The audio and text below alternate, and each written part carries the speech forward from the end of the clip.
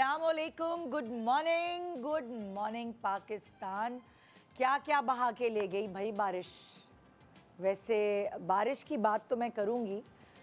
मौसम बहुत अच्छा है, अच्छा मौसम है, लेकिन अगर कंट्रोल्ड रहे बारिश और सड़कों पे पानी ना भरे तो ये मौसम बहुत अच्छा लगता है। मगर अगर सड़कों पे पानी भर जाए और ट्रैफिक में गाड़ियाँ ब्लॉक हो जाएं और फिर वो हो जो अक्सर कराची की सड़कों पे होता है, यानी कि मोबाइल स्नैचिंग, तो फिर ये अच्छा मौसम भी जहर लगता है। तो सिचुएशन जैसी होती है आपकी ज़िंदगी की, चाहे गर्मी हो या सर्दी हो, बहार हो या ख़ज़ा हो, जो जिस चीज़ों से, जिन सर्कमस्टांसेस से आप घिरे होते हैं, उन सब का असर आपके मूड पर होता है।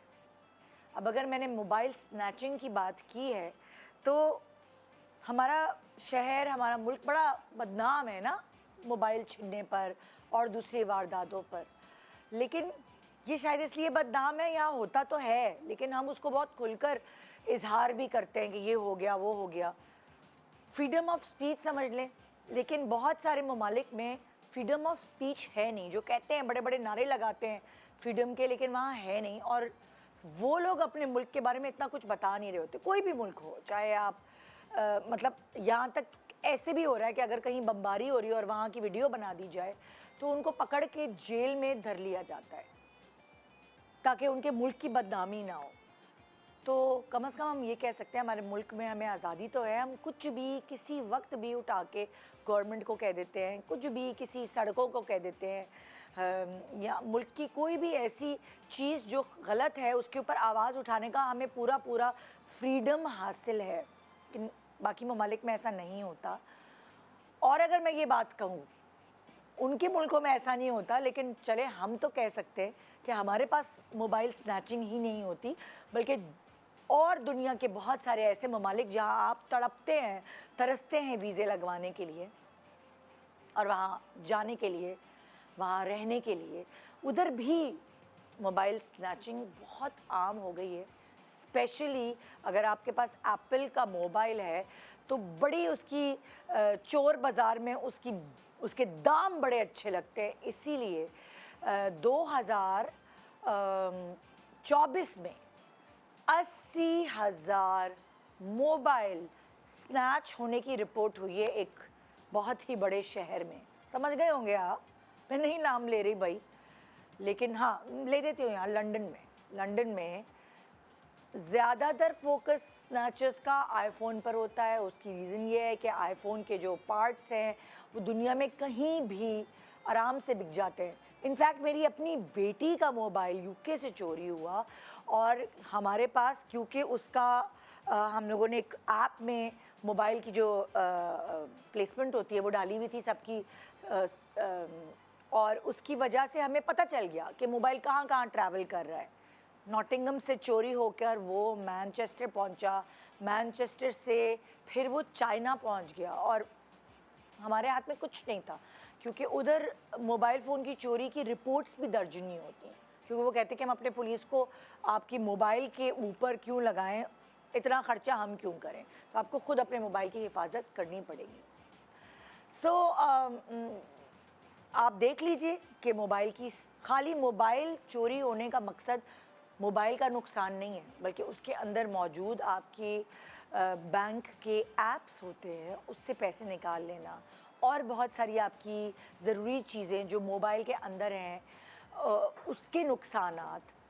तो हमने सोचा कि हम आपके साथ मिलकर कुछ ऐसा प्रोग्राम, मतलब आपके लिए स्पेशली कोई ऐसा प्रोग्राम डिज़ाइन करते हैं जिसमें आपको अवेयरनेस दी जाए। खुदा ना खास्ता आपके साथ ऐसा हो जाए, आपके साथ कोई स्कैम हो जाए, तो आपको कैसे अपना दिफा करना है, अपनी मदद आपके तहत। और वो दिफा सिर्फ तब हो सकता है जब आपको अवेयरनेस हो, आपको पता हो। जब आपका खुदा ना खास्ता मोबाइल चोरी हो जाए तो आप उसको किस तरह ऐसे कर सकते हैं कि वो किसी के काम का नहीं रहे। जब आपका मोबाइल चोरी हो जाए तो आप अपने ऐप्स को कैसे मतलब ऐप्स का किसी को फ़ायदा नहीं उठाने दे सकते। बहुत सारी ऐसी चीज़ें ऑनलाइन स्कैम्स की आज हम आपको हेल्प कर रहे हैं, हम आपको गाइड कर रहे हैं कि आप अपना दिफा, अपनी मदद आपके तहत कैसे करें। छोटे से ब्रेक के बाद हमारे साथ रही एक बहुत ज़रूरी शो सिर्फ और सिर्फ आपके लिए। Good morning Pakistan.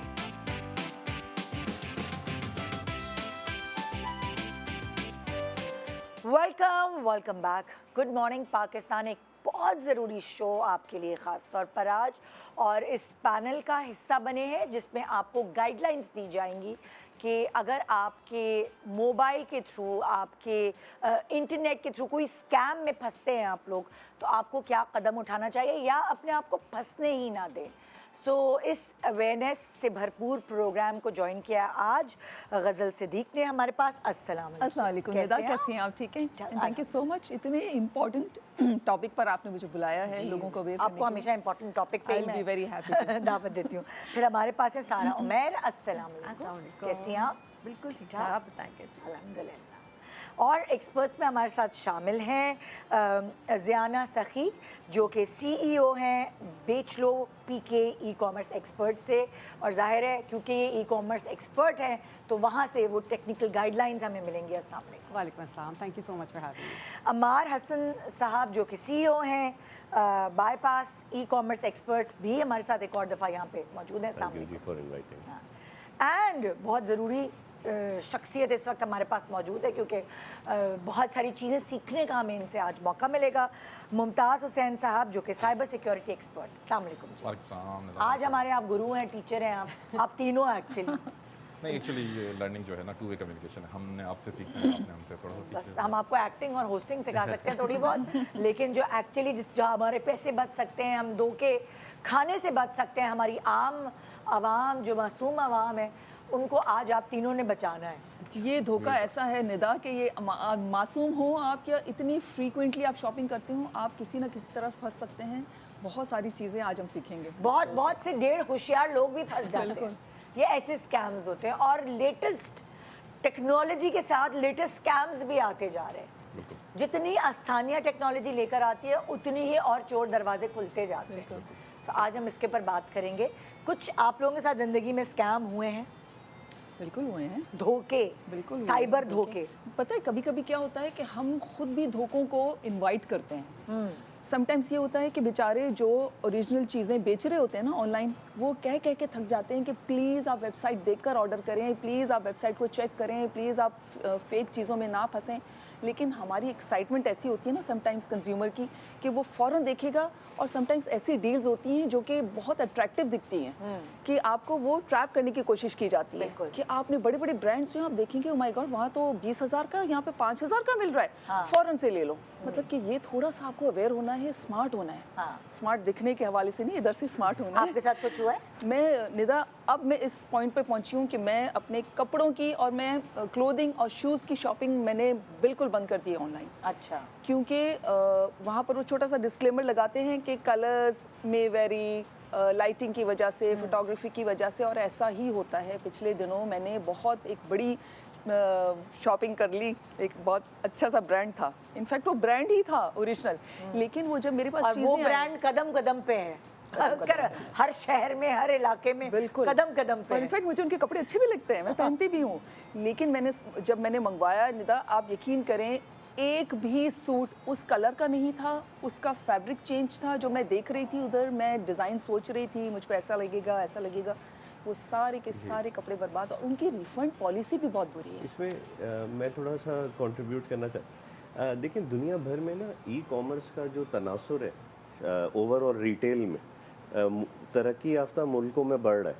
पाकिस्तान में जो पूरे दुकानों पे सामान बिकता है उसका सिर्फ 3% ऑनलाइन बिकता है। चाइना के अंदर ये शरह 37% है, इंडिया भी 18% पे खड़ा हुआ है। तो हमारी ग्लोबल इकोनॉमी मूव तब होगी जब ऑनलाइन इकोनॉमी ग्रो होगी, डॉक्यूमेंटेशन बढ़ेगी, लोग टैक्स, कैश की ख़रीदारी में टैक्स बचाते हैं, ऑनलाइन में डॉक्यूमेंटेड इकोनॉमी होती।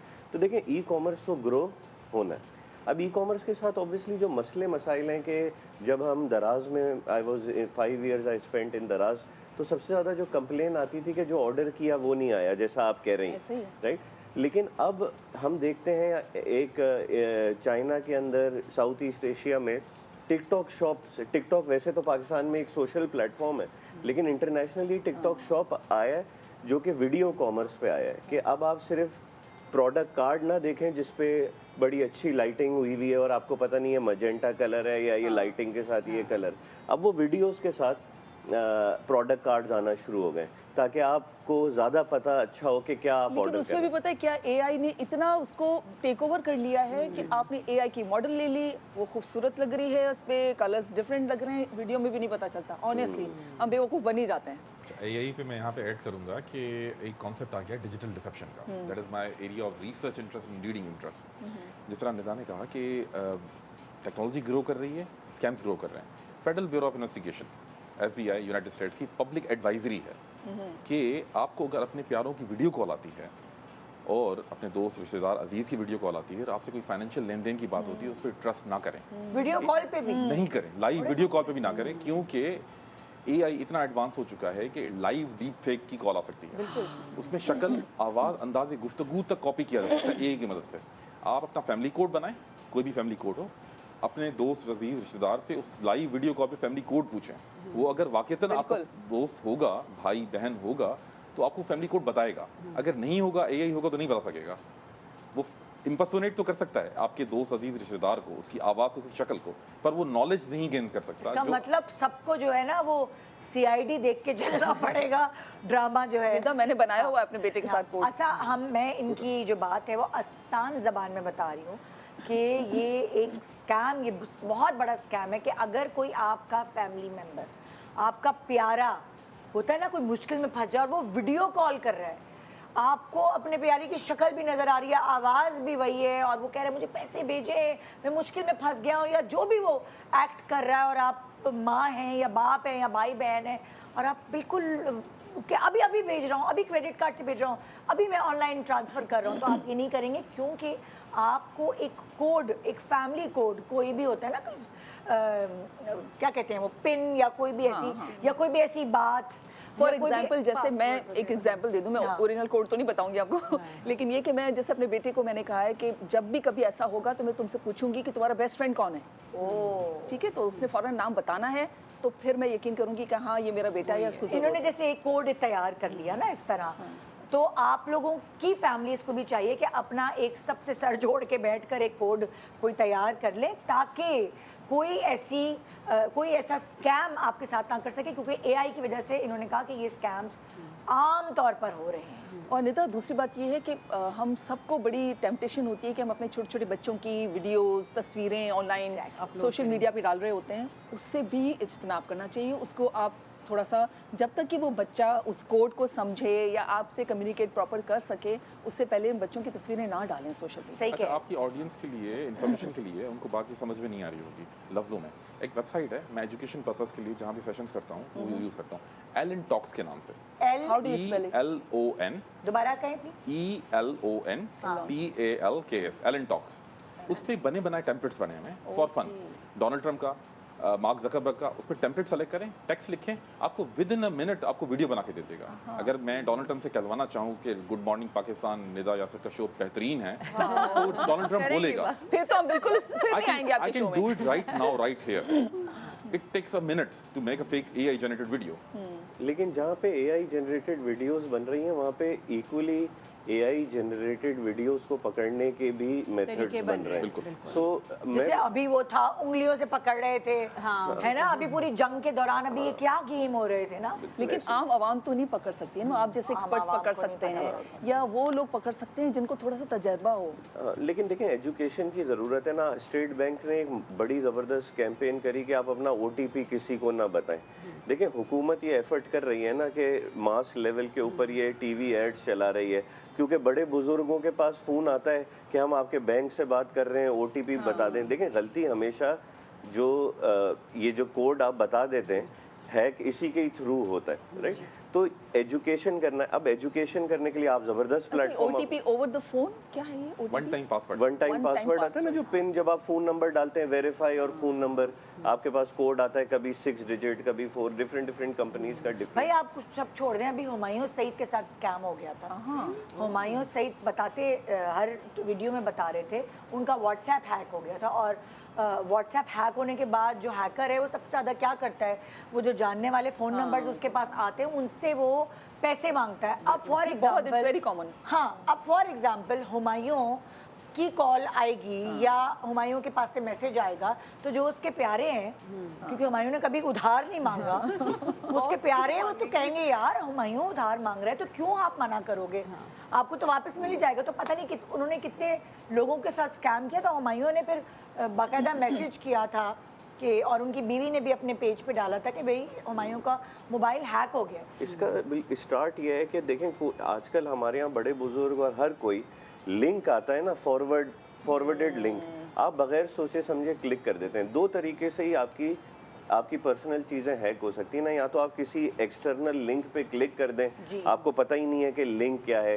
कोई वीडियो है आपने कहा बड़ी अच्छी है क्लिक कर देता हूँ, अगर इंस्टाग्राम टिकटॉक फेसबुक की है तो आप भले क्लिक कर लें, लेकिन कोई अननोन वेबसाइट की आप क्लिक करते हैं, आप एक्सेस दे देते हैं। इसी तरीके से आपके बैंक अकाउंट्स के अंदर आप OTP शेयर कर देंगे तो हुकूमत, साइबर सिक्योरिटी, इतनी बड़े बड़े बैंकों की बड़ी बड़ी IT कंपनीज हैं, वो कभी भी यूजर लेवल पे तो इंश्योर नहीं कर सकती ना, अगर आप अपना पासवर्ड किसी को दे दें, आप अपना OTP किसी को। तुम्हारे साथ हुआ है कोई स्कैम कभी?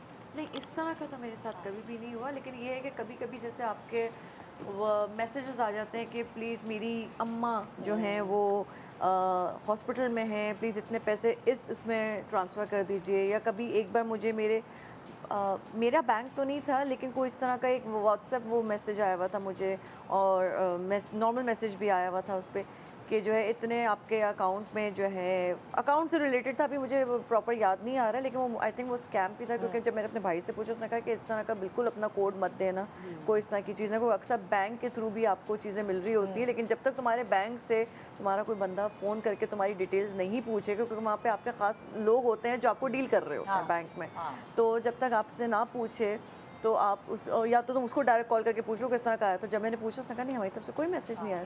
तो भाई तब मुझे पता हो, मेरी भाभी जो मेरी भाभी हैं वो डॉक्टर हैं, पढ़ी लिखी शख्सियत, उनसे OTP मांगा उन्होंने मज़े से। OTP जब ये ज़माने में शुरू हुई थी स्कैम्स, इतनी अवेयरनेस नहीं थी, उन्होंने दे दिया, उनके बैंक से 80 या 90 हज़ार रुपए निकल गए और वो कुछ भी नहीं कर सकी। सबसे ज़्यादा तो आपका जीतो पाकिस्तान के आते हैं। अच्छा, being a cyber security expert, मैं हमेशा ये कहता हूँ कि अक्सर लोग कहते हैं कि हमारा बैंक हैक हो गया, ये हैक हो गया।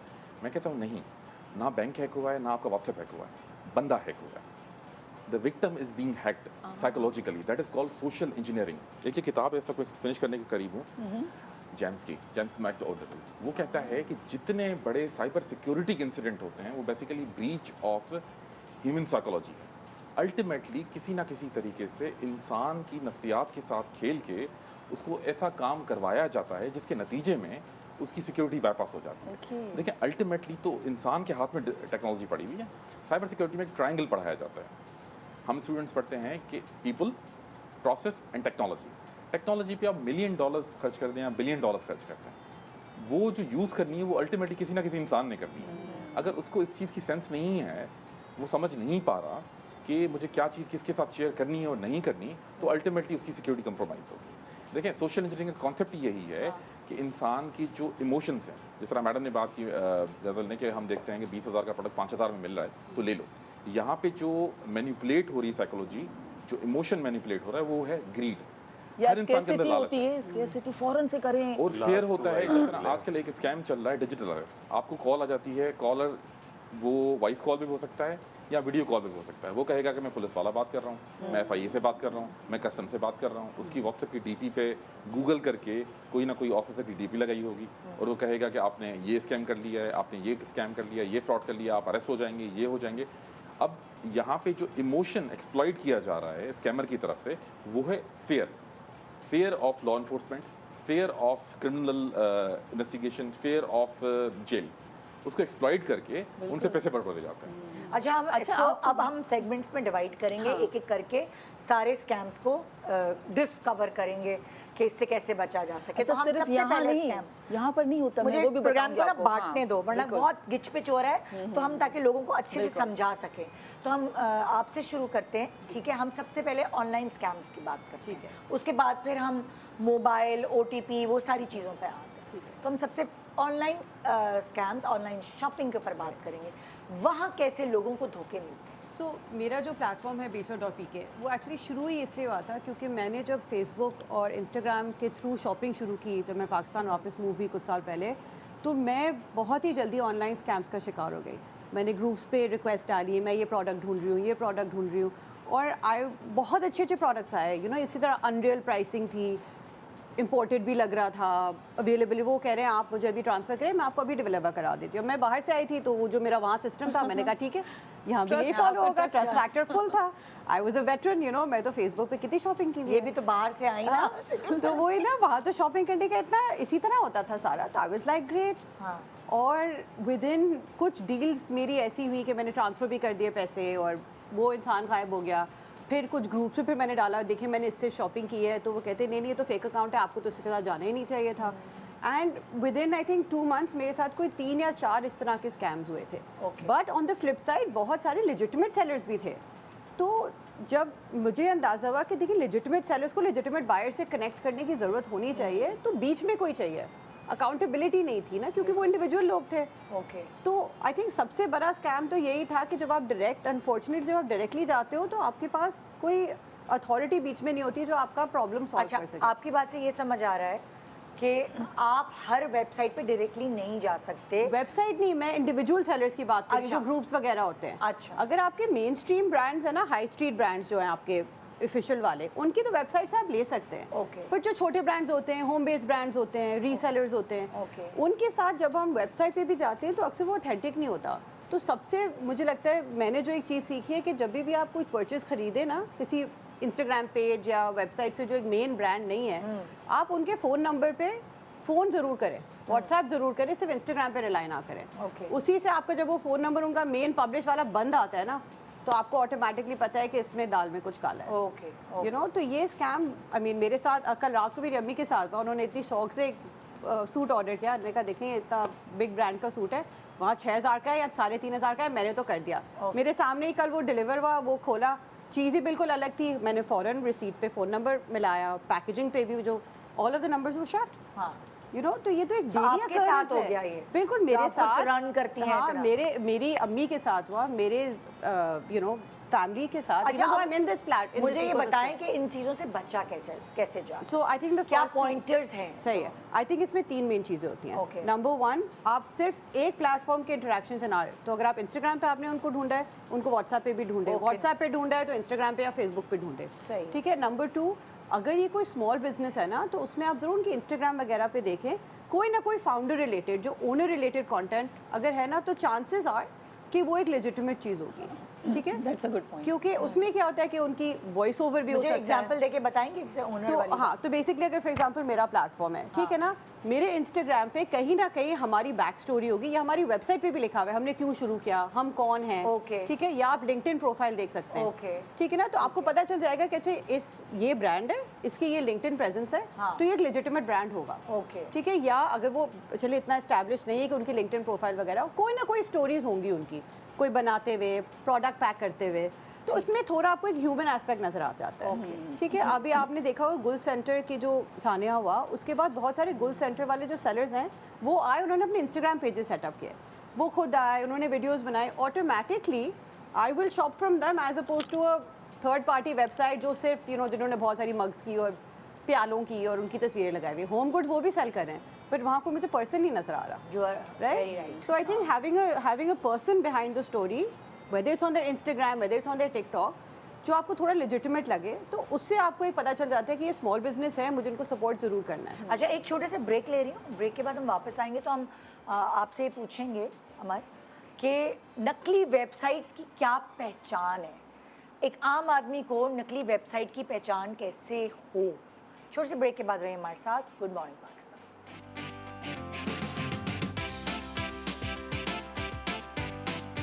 Welcome back. Good morning Pakistan. आज हम बात कर रहे हैं ऑनलाइन स्कैम्स के ऊपर, व्हाट्सएप हैकर्स और इसी तरह की जो भी आपके बैंक के जो ऐप्स है उससे पैसे निकाल लेना, इस तरह की जो भी प्रॉब्लम से आप अगर दो चाह रहे हो तो ये गौर से हमारा प्रोग्राम देखें। ब्रेक पे जाने से पहले मैंने कहा था फेक वेबसाइट्स का पता कैसे लगाएं? जब आप ऑनलाइन शॉपिंग करते हैं तो आपको नहीं पता चलता कि ये रियल वेबसाइट है या फेक है, तो आप प्लीज़ हमारा हमें जी बताएं। देखिए, पाकिस्तान में जो ई कॉमर्स का रफ स्प्लिट है वो ये है कि brand.com यानी जिसके भी ब्रांड की अपनी वेबसाइट है वो तो आपको वैसे पता चल जाती है क्योंकि उसके नीचे उनकी .coms लिखे हुए हैं। हमेशा होशियार हो जाए, अगर .com के बजाय आपको किसी भी वेबसाइट का डुप्लीकेट .org .co ये चीज़ मिले तो शक हो जाना चाहिए। दूसरा ये कि ड्यू डिलिजेंस करना सबकी जिम्मेदारी है। नीचे जो फ़ोन नंबर आ रहा है उसके ऊपर एक दफ़ा ट्राई कर लें। अमूमी तौर से जो फेक वेबसाइट्स होती हैं उनके पास डमी फ़ोन नंबर्स डले हुए होते हैं, वो जैसे कभी इन्होंने भी बताया। जी वो फ़ोन नंबर्स कभी भी वो नहीं होते हैं। सो वैसे तो you have to be cautious about this, वरना आप आइडेंटिफाई नहीं कर सकते। मैं एक वेबसाइट बड़ी कंपनी की डुप्लीकेट बनाऊंगा और थोड़े से गूगल पे पैसे लगा के मैं उनसे ऊपर भी रैंक करना शुरू हो जाऊंगा, तो यूज़र को लगेगा कि जो सबसे ऊपर ऐड आ रहा है वो ओरिजिनल वेबसाइट है। सो तीसरा टिप ये है कि ज़रूर ऐड के लिंक्स के बजाय ऑर्गेनिक रिजल्ट्स के ऊपर देखें, क्योंकि जो ऑर्गेनिक रिजल्ट गूगल टॉप पे डालता है, ऑर्गेनिक रिजल्ट से आपकी क्या मुराद? यानी जब आप गूगल पे लिखते हैं लेट्स सपोज लॉन का 3 पीस जोड़ा या किसी ब्रांड के नाम के साथ, तो एड्स के लिंक ऊपर आते हैं पहले, उसके बाद 2-3 लिंक्स के बाद जिसके ऊपर एडी नहीं लिखा हुआ होगा या स्पॉन्सर्ड स्पॉन्सर्ड नहीं लिखा हुआ होता है, और जो ऑर्गेनिक होते हैं ना उसके ऊपर कुछ नहीं, सिर्फ आपकी वेबसाइट लिखी होती है। तो अमूमी तौर से वो जो ऑर्गेनिक होती है वो ओरिजिनल होती है। तो ये अच्छा निदा, एक और चीज़ कि मैं क्या करती हूँ कि जब भी मैं कभी ऑनलाइन शॉपिंग करती हूँ, मैं अपने मेरे 2-3 अकाउंट्स बैंक के सभी के पास होते हैं, मैं अपने उस अकाउंट से करती हूँ जिसमें सिर्फ 40-50 हज़ार पड़े हुए होते हैं, उससे करती हूँ। पहली बात ये, और दूसरी बात ये कि अब मैं कोशिश करती हूँ कि एक ही ट्रांजेक्शन में सारी चीज़ें, बहुत सारा पैसा ना हो, मतलब कि छोटे छोटे आप अमाउंट की शॉपिंग करें, तो ये भी, उससे भी आप बच जाते हैं कि अगर आपके साथ स्कैम होना भी है तो 1000, 2000, 3000 इस तरह का होगा। ज़्यादा पैसों का ना करें आप, और उस अकाउंट से करें जिसमें आपके बहुत कम पैसे पड़े हुए हैं। और सोशल और वेबसाइट के अंदर इख्तिलाफ पाया जाता है कि अगर आपने वेबसाइट पे गए और स्प्रिंग कलेक्शन लगी हुई है एक मॉडल के साथ, लेट सपोज किसी ने एक सेलिब्रिटी को लिया हुआ है, लेकिन आप उसके इंस्टाग्राम पे जाते हैं तो आपको वो पिक्चर्स ही नहीं दिख रही होती, तो सोशल और वेबसाइट को कंपेयर ज़रूर करें। ये और फेक वेबसाइट देखकर कुछ पता चलता है कि ये बिल्कुल ज़रूरी नहीं है, आप पता नहीं चलता। बिल्कुल भी। देखिए बाय लुक्स तो आपको कुछ नहीं पता चलेगा, जिससे वो कह रहे हैं ना कि big brand, so for example nidayaasir.com आपकी वेबसाइट है ना, कोई nidayaasir.co पे वही सारी आपकी .com वाली इमेजेस लगा के वाई निदा, हाँ वाई निदा के नाम, या डबल एस कर ले, निदा अच्छा, यासिर, डबल ए कर दें, ठीक है, कोई भी, और वो कंटेंट सारा आपका ही उस पर डाल देंगे, ठीक है ना। प्रोडक्ट्स भी सारी वही होंगी, मसला क्या होगा, ऑर्डर उनके पास जाएगा, आपके पास ड्रॉप ही नहीं होगा वो ऑर्डर, और वो फिर एक फेक चीज़ दे देंगे, बदनामी आपकी हो जाएगी। एक ब्रांड का रिपोर्टेड केस है, ऑब्वियसली ब्रांड का नाम नहीं ले सकता। उनका इशू ये था कि उनके पास कंप्लेंट्स आ रही थी कि आपने हमें गलत प्रोडक्ट भेजा है, आपने हमें फ्रॉड किया है, चीट किया, आपने पैसे ले लिए और प्रोडक्ट फेक भेजा है। तो एक केस हमारे सामने आया, तो हमने डिस्कस किया, फिर हमने उनको गाइड किया कि आप इस तरीके से इसको रिपोर्ट कर सकते हैं कंसर्न क्वार्टर्स पे। माइक दे दें, इनका माइक गिर गया है, या आप बोल ही रहे हैं कब? अच्छा, माइक माशाल्लाह इतनी दूर था तो कैसे आवाज़ आती? एक ब्रांड का केस इस तरह के आया कि उनके पास कंप्लेंट्स आ रही थी कस्टमर्स की कि आपने हमें फेक प्रोडक्ट दिया है, आपने हमें डिलीवरी सही नहीं दी, आपने चार्ज कर दिया। तो जब हमने इन्वेस्टिगेट किया, उसको देखा कि भाई क्या रिपोर्ट है, क्या इशू है, तो हमारी टीम ने देखा तो पता चला है कि उनकी एक फ़ेक इम्पर्सोनेटिंग वेबसाइट बनी हुई थी। मतलब जिस तरह अमर भाई ने समझाया, एक्सप्लेन किया कि xyz.com है तो उनकी xyz.org बनी हुई थी, और उन्होंने क्या किया था, एग्जैक्ट ओरिजिनल वेबसाइट को डाउनलोड करके अपनी फेक वेबसाइट अपलोड कर दिया था। तो आपको तो सिर्फ लुक एंड फील देखने से, कलर्स देखने से पता ही नहीं चलेगा जब तक आप टेक्निकली चीज़ों में नहीं जाएंगे। नंबर्स भी उनके, सारी चीज़ें उनकी, अगर कॉल जा रही है तो एक्चुअल ऑफिस पे जा रही है कि आपका ये प्रोडक्ट है, हाँ हमारा ये प्रोडक्ट है सर, आपने ऑर्डर कर दिया, हाँ कर सकते हैं ऑर्डर। जब इन्वेस्टिगेट हुआ तो पता चला कि भाई ये इस तरह नहीं है, आपको जाके रिपोर्ट करना पड़ेगा, you are the victim of cyber crime, you need to report it to cyber crime. तो आप टेक्निकल चीज़ों को देखना पड़ेगा कि वेबसाइट का, और जिस तरह हमारे भाई ने बताया कि वो .com है, .org है, फिर जिस तरह मैडम ने बताया कि आपको उसको मल्टीपल प्लेटफॉर्म से चेक करना पड़ेगा कि वेबसाइट के एड्रेस है, उसके अंदर यूजुअली बड़े अच्छे ब्रांड और नॉर्मल ब्रांड्स भी जो राइजिंग ब्रांड्स होते हैं वो अपनी presence multiple social media platform से रख रहे होते हैं। आपकी वेबसाइट सिंक हो रही है उसके फेसबुक पे, उसके इंस्टा पे, उसके व्हाट्सएप पे, अगर नहीं हो रही there is something wrong, there is something seriously wrong. Plus आप कभी भी प्रेफर करें कि कैश ऑन डिलीवरी वाले प्रोडक्ट्स लें और जिसमें आप अपनी पार्सल को वेरीफाई कर सकें। ये सबसे अक्सर चीज़ जो है बेस्ट पॉइंट है cash on delivery. Cash on लेकिन अब डिलीवरी कैश ऑन डिलीवरी में भी अब आपको देखिए, प्रोडक्ट मैं- खोलने नहीं कैश देते ऑन हैं। डिलीवरी देखिए मेरा भी इख्तिलाफ है कैश ऑन डिलीवरी पार्सल नहीं खोलने देते ना। हाँ। एज अ बिजनेस ओनर, ठीक है ना, मुझे लगता है कि कैश ऑन डिलीवरी में जो बिजनेस ओनर है ना, अक्सर उनके ऊपर स्कैम हो जाता है। अब हमारे यहाँ ओवर द लास्ट 5 years अक्सर ये होता है कि बिगिनिंग ऑफ द मंथ पे ना लोग मल्टीपल वेबसाइट्स पे ऑर्डर कर देते हैं। उन्होंने मेरे यहाँ बेचलो पे भी किया, बड़े ब्रांड्स पे भी किया। अब जो पहले 3 डिलीवर हो जाते हैं ना, उनकी तो अमाउंट उनके पास होती है, वो दे देते हैं, बाकी सब रिटर्न में चले जाते हैं। So in that case the customer is scamming the seller, where we have moved our inventory, हमने शिपिंग की चार्जेस दे दिए, सब हो गया। और फिर वो कहते हैं बस मेरे पास तो इतने ही पैसे थे, मेरी 3 डिलीवरीज आ गई, तो जो पहले आ गया उन्होंने एक्सेप्ट नहीं कर है तो कोई लिया। फाइन होना चाहिए। तो this is the problem as a business owner for cash on delivery. And I think customers को ये समझना भी चाहिए और आपकी व्यूज को भी समझना चाहिए कि स्कैम सिर्फ कस्टमर्स के साथ नहीं होता, सेलर्स के साथ भी बहुत ज़्यादा स्कैम्स होते हैं। और मेरी multiple, I am sure Amar can agree कि जो मेरे प्लेटफॉर्म पे खवातीन स्मॉल बिजनेसेस वाली हैं, ठीक है ना, उनके लिए एक पार्सल शिप करना उनका मार्जिन ही 200 रुपये होता है। अगर वो रिटर्न में चला गया और उनको रिटर्न शिपिंग चार्ज होगी, उनका तो वो मार्जिन ही चला गया, प्रोडक्ट रुक गया, यू नो। तो ये एक, सॉरी आपको इंटरप्ट कर रही हूँ, एक बेहतर ऑप्शन जो हमने अपने पास भी वो किया है कि हम एक छोटा परसेंटेज एडवांस पेमेंट ले लेते हैं। सो you pay 10% advance of the total amount into our company account और थ्रू आवर वॉलेट्स, ठीक है, and then the rest we will charge you on फिर वो कैसे पे करते हैं आपको? वो ऑनलाइन ट्रांसफर से कर देते हैं, ऑनलाइन पेमेंट से कर देते हैं। क्योंकि बहुत सारे लोग कहते हैं हमारे पास अकाउंट ही नहीं है, हम तो कर नहीं अब मैं आपको ऑनेस्टली बताऊं, and I am sure Amar can agree on this, जो डिजिटल पेमेंट्स की अडॉप्शन है ना, it has gone up exponentially in the last 5 years, specially within the female demographic. हमारी जो खवातीन बायर्स होती हैं ना, उनके पास अगर बैंक अकाउंट नहीं भी हो तो मोबाइल वॉलेट अकाउंट्स होते हैं, ठीक है, वो या अपने किसी फ्रेंड्स एंड फैमिली के थ्रू भी कर देती है। तो वो भाई आजकल तो 10% आपको बताऊं ये मोबाइल ऐप नीड्स के पास भी है, सबके पास है, जो हेल्पर्स हैं घर में। बिल्कुल, बिल्कुल। अब तो ये इतना इजी एक्सेस बहुत ईजी हो गया इतनी इजी चीज और ये एक बहुत ज़रूरी चीज़ थी। हाँ। तो अब इसमें हमने क्या किया, हम कहते हैं आप 10% एडवांस दे दें, not for all products but for custom products for example, ठीक है, या हमारे जो रीसेलर के और जो सीरियस बायर होगा तो वो सीरियस बायर होगा, वो 10% दे भी देगा, प्लस वो पूरी अमाउंट नहीं देगा, तो वो भी थोड़े यू नो पहली दफा अगर वो ऑर्डर कर रहे हैं, दे नॉट श्योर। अच्छा एक और चीज़, चल हम सेकंड चीज़ पर अब आते हैं। अब वो ये कि कोई भी ब्रांड है, ठीक है, ब्रांड पैसे देती है इन्फ्लुएंसर्स को और सेलिब्रिटीज़ को, और वो लोग पैसे लेकर एंडोर्स कर देते हैं, जैसे कमर्शियल्स में। बिल्कुल, जैसे आप कमर्शियल्स में थोड़े ज़्यादा पैसे मिलते थे सेलिब्रिटीज़ और इन्फ्लुएंसर्स को, मॉडल्स को, तो उसी तरह ऐड बनता था। अब वो डिजिटल हो गया है, तो अब इन्फ्लुएंसर्स को हायर करके किसी भी प्रोडक्ट के बारे में आप बात करते हैं और वो फिर उसके बाद जो है बहुत सारे लोग स्कैम हो जाते हैं। देखिए, मार्केटिंग टैक्टिक्स, कोई भी अपना प्रोडक्ट बेचना चाहता है और उसके लिए वो कभी सेलिब्रिटी यूज़ करता है। अब सेलिब्रिटीज़ की कॉस्ट थोड़ी बढ़ गई है, तो micro celebrities are now influencers. अब इन्फ्लुएंसर में भी टियर है। इरफान जिन्हें जो अगर सबसे बड़े इन्फ्लुएंसर हैं, मैक्रो इन्फ्लुएंसर, तो माइक्रो इन्फ्लुएंसर भी हैं। तो कुछ इन्फ्लुएंसर्स हैं जो कि यूट्यूब से मोनेटाइज कर लेते हैं, उन्हें पैसों की ज़रूरत नहीं होती। लेकिन कुछ इन्फ्लुएंसर्स हैं जिनको यूट्यूब से इतने पैसे नहीं मिलते, तो वो ब्रांड से पैसे लेते हैं। अब आपने ये ट्रेंड देखा होगा कि बहुत सारे ब्रांड्स, छोटे छोटे ब्रांड्स इन्फ्लुएंसर्स को पैसे देते हैं, अपनी वीडियो बनवा लेते हैं, उससे क्रेडिबिलिटी आ जाती है।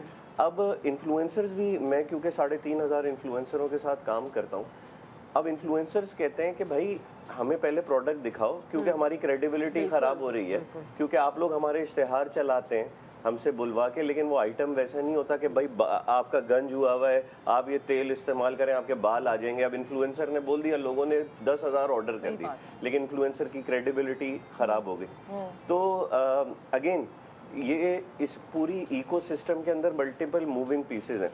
रेटिंग एंड रिव्यूज़ आम यूज़र के ज़रूर देखें। भले इन्फ्लुएंसर ने इंडोर्स कर दिया है, लेकिन आप जब प्लेटफॉर्म पे जाएंगे तो एक चीज़ कहलाती है रेटिंग और रिव्यूज़।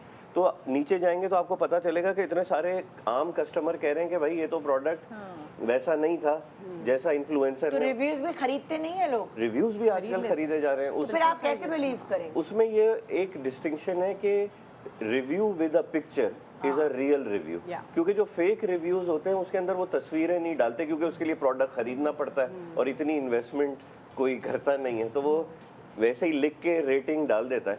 लेकिन real review normally with picture होता है। लेकिन ये आपने बात इतनी अच्छी की, एथिकली भी जो भी इन्फ्लुएंसर्स सुन रहे हैं, नाराज़ नहीं होना है मुझसे, या जो भी सेलिब्रिटीज़, अगर आप उस प्रोडक्ट की इंडोर्समेंट करते हैं तो कम से कम उसको एक हफ्ता पहले देखें, उसको ट्राई करें, उसको try एटलीस्ट पैकेट से खोल के तो देखें वो चीज़ क्या है। मतलब ऐसे ही आपने किसी की तारीफ कर दी, कितना अनएथिकल चीज़ है, आप लोगों को बेवकूफ़ बनाते हैं। तो अपनी प्रेस्टीज होती है इंसान की, अपनी क्रेडिबिलिटी होती है, चाहे छोटा ही इन्फ्लुएंसर होता है। देखें ये चीज़ें ना आपको बहुत आगे ले जाती हैं। जो ट्रस्ट होता है ना लोगों का, वो कभी ख़राब ना करें। ये वाली बात तो है, ये वाली बात है। अच्छा, अब हम नेक्स्ट तरफ बढ़ रहे हैं। हमारे साथ एक खातून है, अम्मारा इनका नाम है। अम्मारा, आइए। अम्मारा के साथ क्या स्कैम हुआ ना, अब जो पब्लिक है उनके साथ किस किस तरह के स्कैम्स हो रहे हैं, स्कैम्स की भी ना जिद्दत आ गई है, अलग अलग किस्म के हो रहे हैं। जी अम्मारा, आपके साथ क्या स्कैम हुआ? मेरी अम्मी के साथ हुआ। मेरी अम्मी के पास कॉल आई कि आप ज़ुबैदा बात करें। उन्होंने कहा जी, तो कहने लगे आपका ना 3 लाख का इनाम निकला है। और क्या कहते हैं, लेकिन ना अम्मी बड़ी खुश हुई। कहने लगे लेकिन एक बात यह है कि हमें गवर्नमेंट का टैक्स देना होता है, उसके बगैर हम आपको पैसे नहीं दे सकते। तो कहने लगी कितने पैसे? कहने लगे 1 लाख रुपए कम से कम आप हमें भेज दें। तो अम्मी कहने लगी कि मेरे पास तो नहीं। कहने लगे नहीं, फिर आपको नहीं मिलेंगे। अम्मी के पास थे पैसे। अम्मी पड़ोस में गई खाला के यहाँ, खाला से कहने लगी सर मेरे साथ बैंक चलना, 2 मिनट के काम है मुझे। कहने लगी अच्छा। वहाँ गई, वहाँ जाके उन्होंने फ़ौरन के फ़ौरन लाख रुपया किसी और से डिस्कस भी नहीं किया? नहीं किया। वो इसलिए बाद में बात हुई तो अम्मी ने बताया, मैं तो खुश हो रही थी, तुम लोग जब आओगे तो मैं बताऊंगी तुम्हें कि Surprise, मुझे तो खुद सरप्राइज हो गई। वो तो अम्मी ने ये बात भी बताई कि वो मुझसे ये पूछ रहे थे कि आप अपना अकाउंट नंबर बता दें, आप अपना NIC नंबर बता दें। शुक्र है कि अम्मी ने कहा मुझे नहीं पता, वरना वो तो पूरा अकाउंट अम्मी का खाली। हाय हाय। अब वो बाद में जा रहे सर बीतती रह गई, क्या करती फिर। 1 लाख रुपए डलवा के आ गई खुद? डलवा के आ बैंक गई। जाके? उन्होंने कहा कि 10 मिनट गुजरेंगे, आप जैसे ही पैसे डालेंगे वैसे ही 10 मिनट के बाद आपके पास 3 लाख रुपए आपके पहुंच जाएंगे। हाँ। अच्छा भाई ठीक है। वो इस बात को आज 10 महीने हो गए हैं, अल्लाह। ना वो 3 मिनट गुजरे ना वो 3 घंटे गुजरे, आज तक अब सर पकड़ के रोती हैं कि क्या करें। ये हुआ। इसके ये तो एक केस है, बेनज़ीर इनकम सपोर्ट प्रोग्राम के नाम से मैसेजेस आते हैं कि आप बता सकते हैं आप इसके बता बारे में? सकते हैं। देखिए स्कैम हमेशा ना वही चल रहा होता है जिसकी मार्केट में अवेयरनेस हो। जिस तरह कोविड आ रहा था तो स्कैम एक चल रहा था कि हम आपको, कुछ लोग नहीं करवाना चाहते थे वैक्सीनेशन, तो वहाँ पे स्कैम चल रहा था, तो हम आपको इतना चार्ज करेंगे और आपको एक फेक सर्टिफिकेट बना के दे देंगे जो गवर्नमेंट के रिकॉर्ड में भी होगा। तो जो लोग चाह रहा था, जो लोग ये चाह रहे थे कि हमें वैक्सीनेशन ना लगाएं, तो वो इसकी तरफ वैक्सीनेशन ला रहे थे। इन पैरेलल दूसरा स्कैम ये चल रहा था कि कॉल्स आ रही थी कि आपका नाम लिस्ट में आया है कि आपने वैक्सीनेशन नहीं करवाई, आपके ऊपर लीगल एक्शन होगा। तो जिन्होंने वाकईतन नहीं करवाई थी, अब देखिए ये होती है बेसिकली फिशिंग। एक स्टोरी बनाई जाती है, एक ज़रूरत इजाज़त की माँ है। एक स्टोरी बनाई जाती है और वो 1000-2000 लोगों को कॉल की जाती है, उनमें से जो लोग फंस गया। अच्छा, ये तो आज डिजिटल स्कैम्स है ना। मुझे अच्छे से याद है 90s में एक स्कैम होता था, ये साइकोलॉजी समझाने के लिए मैं एग्जांपल दे रहा हूँ। स्कैम क्या होता था कि ट्रक पे एक ब्रांड न्यू बाइक होती थी, वो एक गली मोहल्ले में लाते थे। अब यहाँ पे ना इंटरनेट है, ना फ़ोन है, ना टीवीज़ है। 95, 97, 98 की बात, 90s में। ठीक है। वहाँ पे कहा जाता था कि बाइक की प्राइस है लेट्स से 10,000, आप 50 रुपीज़ का टोकन बन डालें। अच्छा। जब हमारे 10 की जगह 11,000 हो जाएंगे तो 1000 हमारा और 10,000 की बाइक की प्राइस हो गई, हम लकी ड्रॉ करेंगे और बाइक आपको दे देंगे। अच्छा। अब पब्लिक में बहुत सारे लोग होते थे कि यार 50 रुपीज़ में एक ब्रांड न्यू बाइक मिल रही है, तो लोग दे देते थे। अबू पैसे दे दो, अम्मी पैसे दे दो, उन्होंने दे दिया। बाइक निकलती थी मुमताज़ के नाम से। मुमताज़ जो है वो स्कैमर्स का पार्टनर है, पर वो पब्लिक में बैठा हुआ है। मुमताज़ खुशी तो अरे मेरी बाइक निकली, अरे मेरी बाइक निकली। वो आ गया ट्रक पे, उसका पुराने वाले कैमरा से जिसमें रील डलता था उसका फ़ोटो निकाला, उसको बोला कि भाई हमारे यहाँ पे फला जगह पे ऑफिस है, वहाँ पे आके आप बाइक ले जाना। ये ट्रक वापस चला जाता है, मोहल्ले से निकल जाता है। लोग कहते हैं यार मुमताज़ कितना लकी था। मुमताज़ वही ट्रक, वही मुमताज़, अगला मोहल्ला, अगला दिन, फिर से scam. Now this is the अब रशीद के नाम से। Psychology is basically the deception. आप धोखा कैसे दे सकते हैं? सही बात है। आप किसी की नफसियात के साथ खेल के उसको धोखा कैसे दे सकते हैं? यही धोखा है। यहाँ पे मैडम जो बता रही हैं उनकी अम्मी के साथ जो हुआ है, वो बेसिकली डिसेप्शन दिया गया है किसी एक इमोशन को एक्सप्लॉइट करके, इंसानी नफसियात के एक जज्बात को उभार कर। वहाँ पे जज्बात क्या थी? पैसे की नीड हर किसी को। 3 लाख का जब हमने बात सुनी तो हमारा बेसिकली ह्यूमन कॉग्निटिव बायस माहिर नफ्सियात कहते हैं कि हमारी इंसानी दिमाग में बहुत सारे फ्लॉज हैं। उन फ्लॉज को कहा जाता है ह्यूमन कॉग्निटिव बायस। बायस है कि हम इम्पार्शल हैं, सोचते जो है ना न्यूट्रली नहीं है। तो एक बायस कहता है एंकरिंग इफेक्ट। एंकरिंग इफेक्ट की जो थ्योरी है, जो माहिर नफ्सियात और मार्केटर्स बताते हैं कि इंसान को जो पहली इंफॉर्मेशन मिलती है इंसानी दिमाग को, तो इंसानी दिमाग उस इंफॉर्मेशन पे तकिया कर लेता है, उस इंफॉर्मेशन को क्वेश्चन नहीं करता। इसमें सबसे ज़्यादा जो मेरी अंडरस्टैंडिंग के मुताबिक विक्टिम बनती है वो ख़वातीन बनती हैं। आपको बड़े बड़े स्टोर्स पे मिलता है कि 50% डिस्काउंट, 80% डिस्काउंट। मैंने कुछ केस डिस्कवर किए हैं, ऑब्वियसली मैं नाम नहीं किसी का नहीं ले रहा। उसमें होता क्या है कि जो प्रोडक्ट डिस्काउंट से पहले 3000 की नहीं बिक्री होती, वो डिस्काउंट का नाम लगा के 4000 की बिक्री होती है। उसका प्राइस टैग चेंज किया, ओरिजिनल प्राइस इंसान की साइकी के साथ खेला, उसको बताया गया कि ये 10,000 की प्रोडक्ट है, आपको 50% ऑफ पे 5,000 की मिल रही है। एक्चुअल मार्केट में उसकी प्राइस अगर आप गूगल करें, आप गूगल रिवर्स सर्च करें, या बहुत सारी ऐसी वेबसाइट्स हैं पाकिस्तान में जिस पे आप प्रोडक्ट का नाम लिखें, वो पूरी इंटरनेट को सर्च करके बता देती है कि ये प्रोडक्ट डिफरेंट स्टोर्स पे किस प्राइस में पड़ी हुई है। तो आपको सॉरी, मैं छोटे से ब्रेक के बाद वापस आऊँगी और फिर आपको धोखे दही जो मिलते हैं उसके बारे में बात करेंगे। Good morning Pakistan.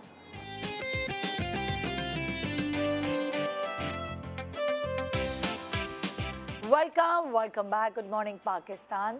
सो अब ख़ास तौर पे बच्चों की जो माएँ हैं वो अवेयर हो जाएं, क्योंकि अब स्कैम्स का तरीक़ाकार चेंज हो चुका है।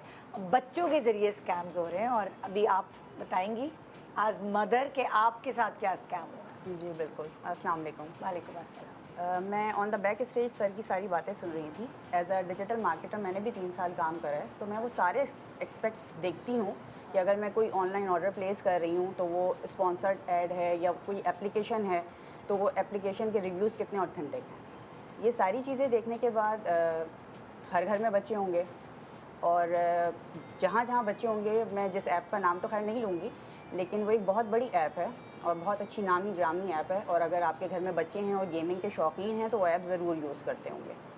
तो बच्चे मेरे भी उस ऐप के ऊपर गेम्स खेलते थे। अच्छा, उसके ऊपर प्रोमोज़ और डील्स बहुत आती थी। अब बच्चों का ये होता है कि मामा ये डील आ रही है, इसमें हमें इतने डायमंड्स मिलेंगे, हमारा ये वार्डरोब हो जाएगा, हम ये इसमें पॉइंट्स ले लेंगे, ये हो जाएगा। गेम्स का एक क्रेज़ बच्चों में जो आ जाता है ना, तो उसमें मेरे बच्चे ने भी ज़िद करी कि मुझे आप ना ये बंडल दिला दें। क्योंकि आजकल बच्चे खिलौने की जिद नहीं करते, बिल्कुल। वो गेम्स के जो पॉइंट्स हैं या जो भी हैं, हाँ, स्किन्स होते हैं, जो भी चीज़ें होती हैं, बिल्कुल। वो उसके लिए पैसे बहाते हैं। अपनी पूरी ईदी मेरे बेटे ने गेम की चीज़ें खरीद के जो है रियल मनी देके फेक मनी खरीदते हैं। हाँ एग्जैक्टली। क्योंकि जब आप बहुत सारे बच्चों के साथ इंटरेक्ट होते हो ना, तो आपको भी हमारा लेवल इतना हो जाए, हम ये वार्डरोब ले लें, हम ये कर लें, हम ये कर लें, वो एक क्रेज़ होता है बच्चों। उनके शोधेबाजी अब ये कन्वर्ट थोड़ा सा चेंज हो गई है। तो मैंने कहा अच्छा ठीक है, पढ़ाई में अच्छा रिजल्ट आ रहा है। मैंने कहा ओके ठीक है, एक छोटा बंडल था, मैंने कहा ओके हम बाय कर लेते हैं, ठीक है, बहुत एक्सपेंसिव नहीं है, छोटा सा बंडल है। कुछ डायमंड्स थे उसमें, वो मैंने उनको अपना वहाँ पे एप्लीकेशन के ऊपर मोबाइल पे लॉगिन किया, अपनी कार्ड डिटेल्स वहाँ पर डाली और मैंने उनको परचेज़ करवा दिया। अच्छा, छोटा सा बंडल था, मुझे भी फील आउट नहीं हुआ कि चलो भाई ठीक है, बच्चा भी खुश हो गया, मैंने उसको परचेज़ करवा दिया। समहाउ नई डील्स आई, पैसे डिडक्ट हुए, मैंने नोटिस नहीं किया। छोटा अमाउंट था, 1 दफ़ा 2 दफ़ा। अच्छा, नोटिफिकेशन आती है कोई, उसमें आप से ये भी नहीं पूछा जाता कि आप उसको एक्सेप्ट करो, आप उसको ओके करो आगे, ऐसा कुछ नहीं। अमाउंट डिटेक्शन हो रही है आपकी। जब एक बड़ा अमाउंट मेरे अकाउंट से डिटेक्ट हुआ तो ज़ाहिर है नोटिसेबल हुई वो चीज़ कि ये चीज़ मैंने क्या परचेज़ करी है इस चीज़ पे। तो वो देखा तो एप्लीकेशन का नोटिफिकेशन आ रहा है, वो अमाउंट तो डिटेक्ट हो चुका है मेरे अकाउंट से। तो मैं बहुत ज़्यादा परेशान हुई कि मतलब एक अच्छी ऐप है और यूज़ कर रहे हैं लोग, और उसमें अगर अपनी कार्ड डिटेल्स डाल रहे हैं तो आपके अमाउंट तो वहाँ से विदाउट परमिशन डिटेक्ट हो रहा है। तो इसका क्या सॉल्यूशन है? मैंने ईमेल करी, उसके ऊपर मैसेजेस ड्रॉप करे उनको, लेकिन मुझे वहाँ से कोई कंक्लूजन नहीं मिला। मेरा अकाउंट से वो पैसे मुझे जो डिटेक्ट हुए वो रिफ़ंड नहीं हुए, ऐसा कुछ भी नहीं हुआ।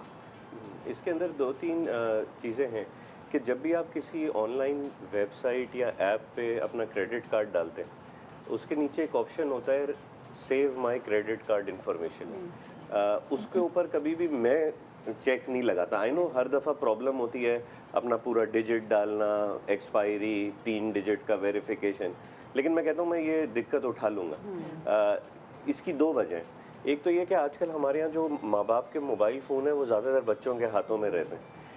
अगर आपका क्रेडिट कार्ड डिफरेंट ऐप्स के अंदर डला हुआ है तो वो जाएंगे कुछ भी ले लेंगे, और आपने देखा होगा कि वो बार बार वेरिफिकेशन भी नहीं कर, एक दफ़ा आपने वेरीफाई कर लिया अपना क्रेडिट कार्ड तो बस अब वो रिकरिंग चार्ज होता रहता है। दूसरा ये जो कंपनीज होती हैं इनकी एक टेक्टिक होती है कि जो रिकरिंग हर महीने पैसे कटते रहेंगे लेकिन उसका ऑप्शन छुपा हुआ होगा जब आपको रोकना होगा, तो वो बहुत ही छोटा कहीं लिख देते हैं कि आपकी नज़र में भी नहीं आता, लेकिन वो हर महीने डिडक्शन होती रहती है।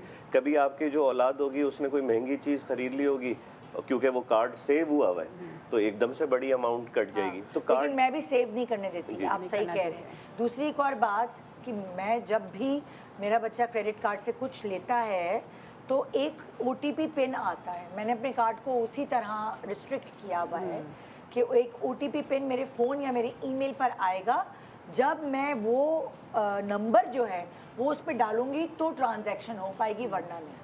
और वरना वो मतलब इसके ज़ाया अलावा होता एक है। चीज़ और है कि आप अपने जितने भी अकाउंट्स हैं सबके पासवर्ड एक ना रखें कभी भी। अक्सर लोग अपनी सहूलत से कि भाई मैं भूल जाती हूँ कि इस बैंक का अकाउंट वो पासवर्ड क्या है, उस चीज़ का पासवर्ड की बात नहीं मैं कर रही, नहीं, आप तो मैं दूसरी अभी बात कर रही हैं, OTP की OTP बात कर रही हूँ कि जब भी मैं कोई भी ट्रांजैक्शन करूँगी एक OTP आएगा, वो नंबर मैं उठा के, जो कि हर दफ़ा अलग होता है, वो नंबर उठा के मुझे उधर डालना होगा, तभी वो ट्रांजैक्शन कंप्लीट होगी। चाहे क्योंकि मैं ट्रैवल भी करती हूँ, होटल्स के बिल होते हैं या कोई एयरलाइन टिकट होते हैं या कुछ, हमेशा हर दफ़ा उस कार्ड से मुझे ये करना पड़ता है। नहीं, ये मैं मैंने दूसरी बात सिक्योर कर रही किया हूँ। हुआ है वो इस तरह से कि मुझे पता है कि क्या होती हैं साइबर सिक्योरिटी इंसिडेंट्स में रोज़ पढ़ता रहता हूँ। तो मैंने क्या किया है, अपनी बैंक को कॉल करके कहा हुआ है कि आप मेरी ई-कॉमर्स ट्रांजैक्शन को ब्लॉक कर दें। जब मैंने करनी होगी मैं खुद आपको कॉल करूंगा, आपसे एक्टिव करवाऊंगा और ट्रांजैक्शन करूंगा। मैं 5-10 सेकंड के लिए एक्टिव करता हूँ। मुसीबत है, आपको लगता है कि यार ईज तो नहीं है, मुसीबत, हाँ। But it is security. Prevention is better than cure. मैंने कॉल की बैंक को कि भाई मेरा ई-कॉमर्स ट्रांजैक्शन ऑफ करते हैं। तो होता क्या है कि अगर कहीं मेरा मिसयूज करने की कोशिश भी करता है ना, उसको बैंक ही डिक्लाइन कर देता है, भाई इस पे तो ई-कॉमर्स हो ही नहीं सकती। तो जब मैंने पर्सनल कोई ट्रांजैक्शन करनी है ई-कॉमर्स की, कोई सब्सक्रिप्शन लेनी है, कोई मेंबरशिप लेनी है, तो मैंने बैंक को कॉल की कि भाई मेरी ई ट्रांजैक्शन का पीरियड ओपन करें फॉर 10 मिनट्स ओनली। बैंक कहती है कि इसकी लायबिलिटी आपकी होगी। मैंने कहा आई एक्सेप्ट द लायबिलिटी। मैंने ट्रांजैक्शन की, वो विद इन 10 मिनट्स के बाद वो ऑटो ऑफ हो गया। अब कोई और ट्रांजैक्शन होगी तो बैंक खुद डिक्लाइन कर देगा उस ट्रांजैक्शन को। तो it's a second layer of बहुत अच्छी बात। ये आप अपने बैंक से ये भी रिक्वेस्ट कर सकते हैं ई-कॉमर्स को ऑफ करना। आप अपने बैंक से ये भी रिक्वेस्ट कर सकते हैं कि एक सर्टेन लिमिट से अबव अगर मेरी ई-कॉमर्स ट्रांजैक्शन है जा रही है तो आपको मुझे वेरीफाई, तो वो एक्चुअली आपको फ़ोन करके पूछ लेते हैं। Exactly. आप अपनी लिमिट अपने हिसाब से 5,000 10,000 जो आपको रखनी है। हाँ। या इंटरनेशनल ई-कॉमर्स जैसे इंटरनेशनल वेबसाइट्स, मेरा लोकल उस पर ओपन है, इंटरनेशनल वेबसाइट से मेरा ई-कॉमर्स अलाउड नहीं है। तो ये सब अगर आप अपने बैंक से बात करें तो वो ये बहुत सारी सहूलतें आपको प्रोवाइड कर सकते हैं। पर आपको तुम्हारे पता होना बच्चे कुछ चाहिए। नहीं करते ऐसे? नहीं, मेरे बच्चे तो हैं ही बहुत छोटे, तो 5-6 साल का तो दोनों भाई बच्चे हैं। छोटे बच्चे ही तो कर रहे हैं। वो तो और जल्दी गलती नहीं से नहीं, उनके लिए जो वो है ना, वो मेरा मोबाइल यूज़ नहीं करते। तो बच्चों के लिए ना अलग से कि वो मोबाइल लिया हुआ है जिसमें जो है सिर्फ उनका उनके काम की चीज़ें। उन्हीं की काम की चीज़ें, जो किड्स यूट्यूब है इस तरह की चीज़ें हैं जिसमें वो सिर्फ कार्टून या रैम्स ही देख सकते बच्चों का तुम स्कैम सुनो और से ये भी सब। बड़ा बड़े इसलिए हो। मैं बच्चों सुन रही का और गेम का स्कैम्स भी ना बड़े हो रहे हैं। स्पेशली अगर आपके बच्चे ऑनलाइन गेम खेलते हैं जैसे रोब्लॉक्स हो गया या माइनक्राफ्ट हो गया, तो वहाँ पे वो चैट कर सकते हैं विद इन गेम्स। एग्जैक्टली। तो आज ये बड़ी आजकल सिर्फ फाइनेंशियल फ्रॉड नहीं, ये Bullying भी तो होती है। हरासमेंट और ये वाले किडनैप कर लिया गया है, kidnap- इसकी वजह से तो कितने बच्चों को अलग अलग लोकेशन पे बुलाया जाता है। हमारे यहाँ तो इतनी चीज़ आम नहीं, लेकिन हमारे यहाँ भी एक केस हुआ था बहुत। जी जी निदा, ये इतना ख़राब हद तक जा सकता है कि बच्चे सुसाइड करते हैं। हाँ, सो वो फाइनेंशियल नुकसानात से ज़्यादा गेम्स की वजह से तो बहुत ज़्यादा बहुत सारे scamming हो गेम्स की जाए। वजह से। पहले भी कोई एक गेम था, आई डोंट नो वो कौन सा था, लेकिन कुछ इस तरह का था कि जिसमें लोगों ने ऐसे ऐसे चैलेंजेस जो एक्सेप्ट किए हैं, जिसमें खुदकुशियाँ भी कर ली हैं कि नहीं ये चैलेंज है तो हमने करना है। जी, जी। कुछ बच भी गए, कुछ मर गए। हाँ, ऐसे ही है। अच्छा, अब दूसरी एक और एक प्रॉब्लम है। यास्मीन आ जाए, आप इधर आ जाए, आ जाए जल्दी से। माइक लगा हुआ है ना? हाँ, यास्मीन भी अब हमसे कोई एक प्रॉब्लम डिस्कस करेंगी। आ जाओ। जी यास्मीन, आप क्या डिस्कस करें? जी, मेरे साथ ये कि मैं व्हाट्सएप पे ना मेरे पास एक लिंक आया कि आप घर बैठे ऑनलाइन वर्क करें, ठीक है। अच्छा। और उसमें ये है कि आपने ना अपनी हैंड राइटिंग में एक जो है ना असाइनमेंट तैयार करके देना है। अच्छा तो उस असाइनमेंट के जो है ना हम आपको पे करेंगे। अच्छा। लेकिन उसके लिए आपको पहले हमारा मेंबर बनने के लिए रजिस्ट्रेशन फ़ीस जमा करानी पड़ेगी। तकरीबन 2500 रुपये ना। अच्छा अच्छा, उसमें पहले से ही ना ऑलरेडी मेंबर्स थे, तो उन्होंने अपने स्क्रीनशॉट्स दिए हुए थे कि जी हमें तो इतने पेमेंट मिल गई और बहुत अच्छा वर्क है, उसमें उन्होंने वो किया। तो मैं थोड़ा समझने के लालच आ गई, या कह लें कि मुझे लगा कि नहीं मुझे करना चाहिए, घर बैठे तो करना है और सिर्फ लिखना ही है। तो मैंने वो करके देना शुरू कर दिया। रजिस्ट्रेशन भी मैंने करवाई कि चलो 2500 अगर गए तो ज़्यादा नुकसान तो नहीं होगा। बहरहाल पे जब मैंने वो किया, करने के बाद ये हुआ कि 2 वीक में जो है ना, 2 वीक्स के अंदर अंदर मैंने 2 असाइनमेंट करके दिए। हाँ। तो मुझे 10,000 रुपीज़ मिले। आ तो मैं बड़ा खुश खुश हुई हुई। और एतमाद भी हो गया हाँ। कि यार ये तो ऑथेंटिक है। अच्छा, उन्होंने ऑफ़र की कि आप जैसे ना और मेंबर्स ऐड करवाएंगी, हाँ। तो हम आपको जो है ना पर पर्सन जो है 500 रुपीज़ जो है आपको कमीशन देंगे। हाँ। ठीक है। मैंने अपने जो भी मेरी कॉलेज फ्रेंड्स थी, मेरी दोस्त थे या मेरी जो रिलेटिव्स थे जो इसमें इंटरेस्टेड थे, मैंने उनको ऐड करवा दिया। तकरीबन 7 से 8 लोग ऐड हो गए और सब ने वर्क शुरू कर दिया और सब ने रजिस्ट्रेशन फ़ीस भी पे कर दी। अब पे करने के बाद ये हुआ, उनके जो मेंबर्स थे ना, जो एडमिन बने हुए थे, वो कुछ उसमें गलतियाँ निकालते थे कि आपने ये गलत किया है, ये सही करें, ये करें। मतलब अपना काम उन्होंने जेन्युइन करने के लिए ना अपनी भी वो डालते थे कि देखिए ये गलत है, ये सही है और आपने अच्छा किया है। खैर मैंने बाकी लोग जब ऐड हुए तो उसके तकरीबन समझ लें 15 से 20 दिन बाद जो है ना, जब सबने अपना अपना शुरू किया कि भाई अब हमारी भी पेमेंट और आपने सबको अप्रोच और किया, सब मैंने जमा सबको- करके और आप उन लेकर लोगों आए। ने भी और लोगों को ऐड करवा दिया। आओ तकरीबन कमेटी समझ- डाल लो, आओ कमेटी डाल लो, है ना। तकरीबन समझ लें 25 से 30 अफराद हो गए हाँ। एक ही ग्रुप में। कुछ उनके थे। अच्छा, एक एक करके ना एडमिन रिमूव होना शुरू हो गए ग्रुप से कि किसी उन्होंने का आपको कोई- एडमिन बना दिया ना फिर। सारा जो है ना मेरा गंदा यूज़ हो गया कि जो है ना अब उसमें से एडमिन को जो है ना, नहीं जी वो आउट ऑफ कंट्री जा रहे हैं तो वो अभी वर्क नहीं कर सकते, तो जी अभी उनके यहाँ किसी की शादी है, एक एक करके सब रिमूव होना शुरू हो गए। अच्छा, अब जब बाकी लोगों की पेमेंट नहीं आई तो वो सब मुझसे कह रहे हैं कि यार तुमने ऐड करवाया था, अब बताओ कि पेमेंट तो आ नहीं रही है। कुछ टाइम बाद तकरीबन समझ लें 40 डेज़ भी नहीं हुए, वो जो है ना व्हाट्सएप का लिंक ही प्रूफ वो हो गया, रिमूव हो गया। सोचिए वो आपने आपके कि पैसों से ना, इनके पैसों से वो वेकेशंस पे चले गए, उन्होंने शादियां कर ली। इसी तरह इनके के नए पैसे group इसी शुरू तरह कर के और दिए कितने ग्रुप्स होंगे, उन्होंने ठीक ठाक पैसे तकरीबन 60 बनाए। प्लस के करीब जो है ना, 60 प्लस कह लेंगे, 1000 कह अच्छा, और लें। दूसरा आपने ये जो कहा ना कि पता नहीं लालच थी क्या, मैं बताऊं ऑनेस्टली लालच नहीं होती है, हम सबकी ज़रूरतें होती हैं। अगर एक खातून घर में ऑनलाइन काम करना चाहती है तो उसकी लालच थोड़ी होती है। और पता है इस तरह के काम वाकई में असल में हो रहे होते हैं। हाँ, कि बहुत सारे मुझे ऐसे लोग मिले हैं बाकायदा, वो बताते हैं कि हम ट्रांसलेटर हैं, हम ये काम करते हैं, हम इस तरह नोट्स बना के देते हैं। जो पढ़ी लिखी लड़कियां हैं जिनको बाहर घर से निकलने की इजाज़त नहीं है जॉब के लिए, Work from तो home। घर बैठे डॉलर्स में जो है वो इन रिटर्न उनको पैसे मिल रहे होते अच्छा, हैं बाहर की। ये जो स्कीम है ना, इसको टेक्निकल टर्म्स में कहते हैं पिरामिड स्कीम या मल्टी लेयर मार्केटिंग। ये नॉन स्कैम है। अब आम सलीस उर्दू में इसको आप अगर मैं समझाना चाहूँ, कोई भी कंपनी, कोई भी ऑर्गेनाइजेशन, कोई भी काम अगर आपको ये कहता है ना कि आप दूसरे लोग लाओ और उनको कहता है दूसरे लोग लाओ, तो ये बेसिकली पिरामिड होता है। जो पहले स्टार्ट होता है एक बंदे से, वो Exponential टीम ला रहा होता है, एक्सपोनेंशियली ग्रो कर रहा होता है। ये फ्रॉड बबल होता है। आपको वो इन्वेस्ट करते हैं ट्रस्ट जीतने के लिए 5, 6, 10, 8 हज़ार दे दिया, पर आपने अगर 10 लोगों को ले आए उसी फ्रॉड में, उसी स्कीम में, और उन्होंने भी 10,000 ऐड कर दिए, तो उस जो स्कैमर है उसको 10,000 की इन्वेस्टमेंट पे 90,000 का प्रॉफिट हो गया। जैसे कॉस्ट बेनिफिट एनालिसिस, मैं लीगल की बात ही नहीं कर रहा। स्कैमर भी जो है वो पैसा कमाना चाह रहा है इस नाजायज़ तरीके से। इसके अंदर सिर्फ एक टिप ये है कि जब, क्योंकि पाकिस्तान एक बड़ी फ्रीलांस इकोनॉमी है, यहाँ पे ख़वातीन घर से बैठ के या इंजीनियर्स घर से बैठ के काम करते हैं, कंटेंट राइटिंग का या इंजीनियरिंग का, तो जो आपको काम दे रहा है उसके लिए उसको आप देखें कि क्या वो फाइवर, अपवर्क, इस तरह की वेबसाइट पे ऑथेंटिक प्रोफाइल बनी हुई है। व्हाट्सएप, किस पे जाके देखें? फाइवर, अपवर्क, ये बड़ी बड़ी वेबसाइट्स हैं जहाँ पे ऑथेंटिक, वो वेबसाइट ही काम देने वाले को ऑथेंटिकेट करती है कि ये सही काम देने वाला है, ये पैसे दे देता है। तो इन वेबसाइट से काम लें रादर देन ये जो व्हाट्सएप के ऊपर, और व्हाट्सएप फॉर बिजनेस ना हो, टिक ना, वेरीफाइड प्रोफाइल ना हो व्हाट्सएप पे, तो उधर से काम ना लें।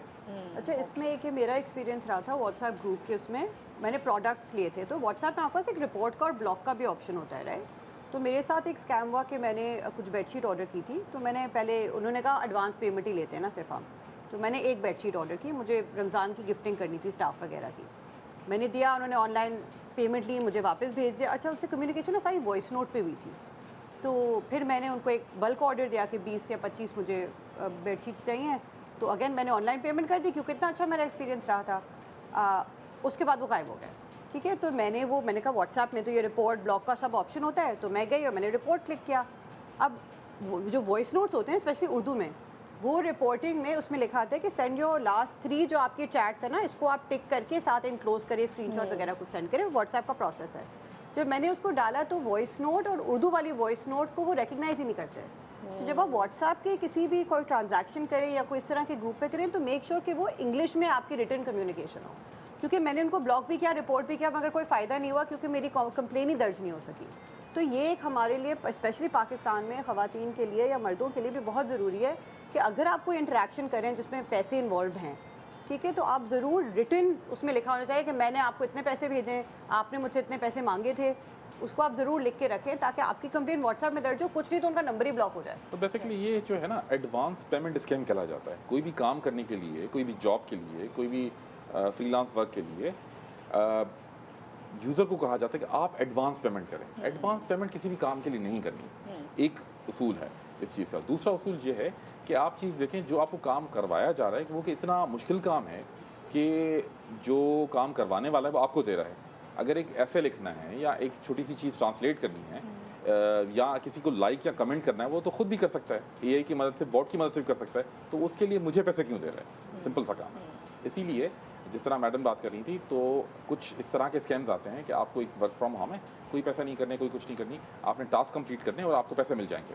और पैसे कहाँ से मिलेंगे, यहाँ पे भी देखने वाली बात है कि पैसे आते हैं आपको इंडिविजुअल अकाउंट से, किसी कंपनी अकाउंट से, किसी कॉर्पोरेट अकाउंट से नहीं आ रहे होते हैं। आपने फीस देनी होती है तो वो भी किसी इंडिविजुअल अकाउंट्स में देनी होती है, किसी कॉर्पोरेट, किसी बिजनेस अकाउंट में नहीं आती।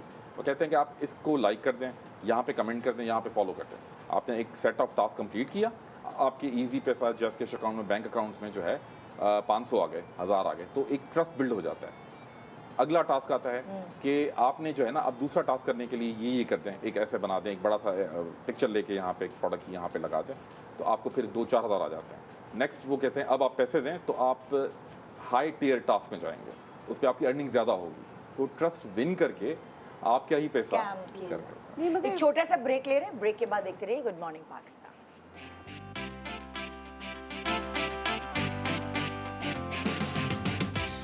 Welcome back, good morning Pakistan. हम आपको आज अवेयर कर रहे हैं ऑनलाइन स्कैमर्स से। बहुत सारी ऐसी चोरियां जो अब डकैती और चोरी तक ही महदूद नहीं रहेगी, जो एक आम तौर पर आपके साथ हो रही होती थी। वो पुराना फैशन था, अब लेटेस्ट चोर, लेटेस्ट डकैत आ चुके हैं और वो चिंदी चिंदी चोरियां नहीं करते, वो बड़ी बड़ी चोरियां कर रहे चोरी होते हैं। प्रो मैक्स हो गया। चोरी एग्जैक्टली। तो वो जिस तरह वो बहुत ज़्यादा टेक्निकल हो गए हैं, तो हमने कहा कि आपको भी थोड़ा सा हम कुछ ऐसा प्रो बना दें। क्या कहते हैं, टेक सैवी बना दें। ये अदनान सिखा के गया था मुझे, टेक सैवी बोलो, टेक्निकल नहीं बोलो। हाँ जी। सो अब हम बात करेंगे बड़ी इंपॉर्टेंट चीज़, बैंकिंग ऐप। मतलब बैंकिंग ऐप जो कि हर बैंक ने ये सहूलत दी हुई है अपने कस्टमर्स को। आपके पास है बैंकिंग ऐप मोबाइल पे? आपके पास भी होगा, मेरे पास भी है। पहले मुझे समझ ही नहीं आता था, अब समझ लिया, बच्चों ने समझा दिया, बल्कि अब बहुत आम कर दिया है, आसानी होती है, आसानी कर दी है। यूट्यूब वीडियोस हैं बहुत सारे, बैंक्स ने डाली हुई है कि इस तरह आप जो बना सकते हैं। तो लेकिन अब डर भी लग गया है बहुत, क्योंकि उसकी वजह से भी बहुत सारी चोरियां हो जाती हैं। अब आप मुझे बताएंगे चोरियां उससे कैसे हो सकती हैं और उससे हम बच कैसे सकते हैं? देखिए, मैं आपकी बात को फॉलो करता हूँ, मैं आपको कोई टेक्निकल चीज़ नहीं बता रहा, मैं सिंपल अल्फाज में बता रहा हूँ कि मेरे घर में एक तिजोरी है। अच्छा। मेरे घर में एक तिजोरी है, उसमें लाखों रुपए और गोल्ड पड़े हैं। सही। उसको मैंने किया हुआ लॉक, हाँ। और मेरे जेब में पड़ी हुई चाबी। सही है। अब आप अज्यूम करें कि मेरे घर का कोई गेट ही नहीं है, उस पर कोई भी आ सकता है, और कोई भी आके मुझे अगर कहे कि मुझे तिजोरी की चाबी दे दो, क्या मैं दे दूंगा? हाँ। क्या कोई भी सैन इंसान देगा? नहीं देगा। Same goes with a digital space. हाँ। यही फार्मूला हमने अपनी डिजिटल सेफ्टी के लिए अप्लाई करना है। आपको किसी की भी कॉल आती है, वो चाहे कोई भी एक्सक्यूज़ करे कि मैं बैंक से बात कर रहा हूँ, आप अपना एटीएम कार्ड निकाल लें, उसके पीछे देखें कि एटीएम कार्ड के ऊपर जो नंबर लगा हुआ है मैं उसी नंबर से बात कर रहा हूँ, और अपेरेंटली वो स्पूफ नंबर होता है, उसी नंबर से बात कर रहा होता है, और वो कहता है कि आप मुझे ये चीज़ बता दें। आपने अपनी इन्फॉर्मेशन नहीं देनी, बैंकिंग इन्फॉर्मेशन कहीं नहीं देनी। बैंक आपको कॉल करता है, कोई भी चीज़ करता है कि मुझे ये दे दो, मुझे अपनी इन्फॉर्मेशन बता दो, मुझे OTP कोड दे दो, तो आपने ओवर द कॉल कोई भी इन्फॉर्मेशन उस कॉलर को नहीं देनी। आपने कहा है कि आप रखें फ़ोन, मैं बैंक के ब्रांच में फिजिकल विजिट करूंगा, जो भी इशू होगा मैं वहाँ से रिजॉल्व कर दूंगा। आपने किसी भी कॉल पे ट्रस्ट नहीं करना, ये थंब रूल प्रिंसिपल है। कौन कौन सी वो भी बता दीजिए कि हसास इन्फॉर्मेशन है, जैसे वालदा का नाम, आखिरी Date of नाम, birth, date of birth, card पे NIC, पीछे दिया हुआ 3 पिन का जो डिजिट। CVV का आपका कोड होता है, इससे आपकी ऑनलाइन ई-कॉमर्स ट्रांजैक्शन एक्टिव हो जाती है। और उसके बाद जो OTP होता है वो बेसिकली वन टाइम पासवर्ड है। OTP का मकसद ही यही है कि ये पासवर्ड आपने किसी को भी नहीं बताना। As a matter of fact इस तरह के भी इंसिडेंट रिपोर्ट हुए हैं कि कॉलर इम्पर्सोनेट कर रहा होता है बैंक को कि मैं बैंक से बात कर रहा हूँ। आप नंबर वेरीफाई कर दें, आपके ATM कार्ड के पीछे जो नंबर लिखा है उसी नंबर से बात कर रहा हूँ, वो भी फैक्ट होती है। अच्छा, वो OTP कोड आपसे नहीं मांग रहा होता, वो कहता है फलां फॉर्म में जाकर OTP फिल करते हैं। बेसिकली होता ये है कि वो जो फॉर्म हो रहा होता है या एक कोई थर्ड पार्टी एप्लीकेशन होती है या एक फेक एप्लीकेशन होती है बैंक की, जो यूज़र को दिख रहा होता है कि वो बैंक की एप्लीकेशन है, वो पर पीछे बैंक नहीं होता। वो उसके फॉर्म में यूज़र वो OTP कोड, वो सारी इन्फॉर्मेशन, जिस तरह अमार भाई ने कहा कि CVV कोड हो गया, मदर्स मिडिल नेम हो गया, वो डालता है और वो फॉर्म, वो फेक एप्लीकेशन लिंक्ड होती है स्कैमर के साथ जो आपके साथ फ्रॉड कर रहा है। वो फॉर्म किधर भेजा जाता है? वो WhatsApp फॉर्म पे वो या फॉर्म आपको मैसेज पे? व्हाट्सएप पे भेजा जाएगा, लिंक में भेजा जाएगा, फेसबुक पे भेजा जाएगा। ओवर कॉल आपको कहेंगे कि हमने आपको फॉर्म भेज दिया है, या कोई लिंक शेयर करेंगे कि यहाँ से ये वाली एप्लीकेशन इंस्टॉल कर दो। कोई भी बहाना, एक्सक्यूज़ बना देंगे कि हमारी बैंक का नया एक वर्जन आया है, उसको इंस्टॉल करें। तो इस तरीके से आपको धोखा दिया जाएगा। आपका सिंपल प्रिंसिपल है जो मैंने अभी समझाया कि तिजोरी की चाबी आपके पास है, आपने नहीं देनी। मैं हमेशा अपने सेशन में समझाता हूँ कि हमारे यहाँ हैकिंग के इश्यूज़ नहीं होते। बैंक हमारे अल्हम्दुलिल्लाह बहुत सिक्योर है।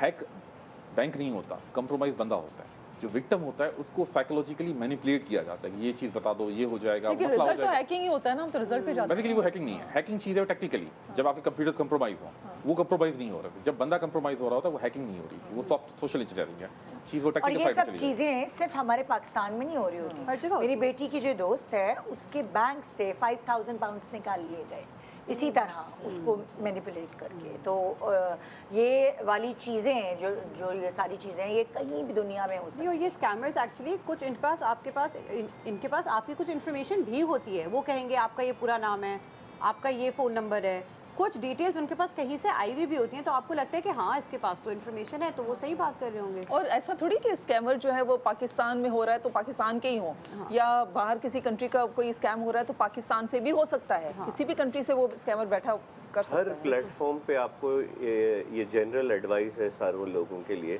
कि अपने ईमेल को 2 फैक्टर ऑथेंटिफिकेशन करें। ये थोड़ी है। ये क्या है 2 फैक्टर ऑथेंटिफिकेशन? नॉर्मली आपने ईमेल साइन किया, आपने यूज़र नेम डाला, पासवर्ड डाला, आप ईमेल में चले गए। इस तरह में कोई वेरिफिकेशन नहीं है, सिर्फ पासवर्ड इज़ द वेरिफिकेशन। अब हमारे यहाँ तो पाकिस्तानी पासवर्ड भी रखते हैं ना, बिस्मिल्लाह 1 2 3 4 5 6। ये इजीली कोई भी कॉम्बिनेशन लगाकर चले जाते हैं। 2 फैक्टर या ऑथेंटिफिकेशन नॉर्मली आप अपनी डेट ऑफ बर्थ करते हैं और आपके सारे रिश्तेदारों को तो पता ही होता है जी, कि तो उसमें आपका जैसे ही आप अपना पासवर्ड डालते हैं, आपका फ़ोन पे कोड आता है। देखें, phone is the most important thing. Email activity, internet activity verified bye telecommunication activity, ये ज़रूरी है। दो चीज़ें तो 2 फैक्टर ऑथेंटिफिकेशन करें। वो ज़्यादा टेक्निकल हो जाएगा, वो इंजीनियर्स और साइबर सिक्योरिटी वाले ऑथेंटिफिकेटर्स की एक ऐप होती हैं कि गूगल ऑथेंटिकेटर, माइक्रोसॉफ्ट ऑथेंटिकेटर। उसमें आपको ऐप पे जाके 6 डिजिट का पासवर्ड मिलता है जो आपको उस ऐप में डालना होता है। वो मैंने लेकिन किया हुआ है। हाँ, अभी के लिए ये है कि फ़ोन नंबर ऑथेंटिफिकेशन सबको अपने ईमेल्स पे करनी चाहिए। अच्छा, ये मैं एक बात ऐड करूँगा यहाँ पे, जिस तरह हमारे भाई ने कहा ज़्यादा टेक्निकल हो जाएगा। अब यकीनन ये चीज़ें टेक्निकल होंगी, पर हम लोगों को, हम जो यूज़र हैं टेक्नोलॉजी के, उनको समझना पड़ेगा कि इसके प्रोज एंड कॉन्स क्या हैं, मतलब फ़ायदे और नुकसान क्या हैं। हर एक चीज़ के, हर एक टेक्नोलॉजी के नुकसान और फ़ायदे होते हैं। हमारे घर में एक छुरी पड़ी हुई है, कैंची पड़ी हुई है, या कोई तेज़ धार चीज़ पड़ी हुई है, हम यूज बच्चों को और नहीं देते। मिसयूज। हाँ, बिल्कुल। छुरी से सब्जी भी कट सकती है, हम किसी बकरे को ज़िबा भी कर सकते हैं, और किसी इंसान को नुकसान भी आ सकता है। पर क्योंकि वो जो छुरी वाला टूल है वो इतना सिंपल है कि हमें पता है कि इसके यूज़ और मिसयूज़ क्या है। हम मोबाइल के यूज़ और मिसयूज़ समझ नहीं पा रहे। हाँ। क्योंकि ये टेक्नोलॉजी रैपिडली इवॉल्व कर रही है। आज आपके पास एक चीज़ आई है, 10 चीज़ें और रिलीज हो चुकी हैं। हमें ये एक्सक्यूज़ नहीं लेना होगा कि ये टेक्निकल है, मुझे समझ में नहीं आता, मैं नहीं कर सकता। टेक्नोलॉजी रुकेगी नहीं, टेक्नोलॉजी इंक्रीज होगी। आज हम 2026 में बैठे हैं, 2000 में किसी के पास स्मार्टफोन तो दूर की बात, नॉर्मल फीचर फ़ोन भी नहीं होता था। आज हर एक वर्किंग क्लास की मजबूरी है कि हमें एक स्मार्टफोन चाहिए। सब्जी फरोश भी बिजनेस ऑर्डर ले रहा है, अपनी सब्जी का ऑर्डर ले रहा है व्हाट्सएप पे। आज से अगले 10 सालों में हम सबकी मजबूरी होगी कि हम AI प्रोडक्ट्स यूज़ करें। ये फ्यूचर होगा। तो टेक्नोलॉजी से मुंह मोड़ के हम लाइफ में जी नहीं सकते। हमें टेक्नोलॉजी को समझना हमें पड़ेगा, समझना पड़ेगा, हमें सीखना पड़ेगा। हाँ, बहुत ज़रूरी है।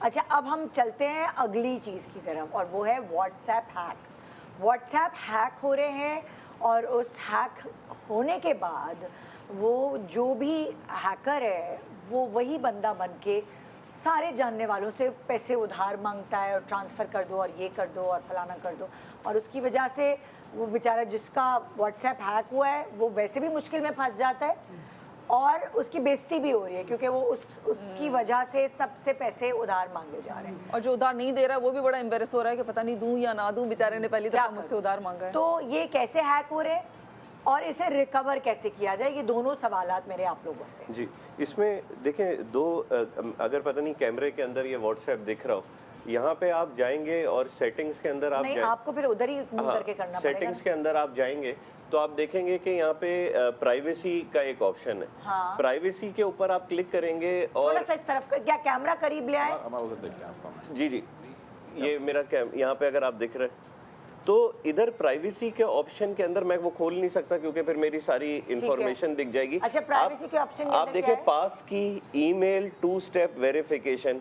नॉर्मली पाकिस्तान के अंदर लोगों ने ना पास की सेटअप की हुई है, ना 2 स्टेप वेरिफिकेशन सेटअप की हुई है, ना ईमेल सेटअप किया हुआ है। ओके। सिर्फ फोन नंबर पे व्हाट्सएप बनाया हुआ है। हाँ। अब जब आप पास की, मैं जब व्हाट्सएप के ऊपर साइन इन करता हूँ, मैं आपको एक नॉर्मल ये क्लोज करके दिखाता हूँ। ये मेरा पर्सनल व्हाट्सएप है। ये अभी क्योंकि सेशन एक मिनट यहाँ पे मैं ये क्लोज कर दूँ। इसके ऊपर जब आप व्हाट्सएप को लॉन्च करेंगे तो वो आपसे फ़ोन का पैटर्न मांगेगा। पहले आपको पैटर्न बनाना है। नॉर्मली अगर कोई आपका हैकर व्हाट्सएप वेब पे आपका फ़ोन नंबर डालेगा, अगर आपका 2 फैक्टर ऑथेंटिफिकेशन नहीं हुआ हुआ तो आपको पास वो वेरिफिकेशन के लिए कोड ही नहीं आएगा।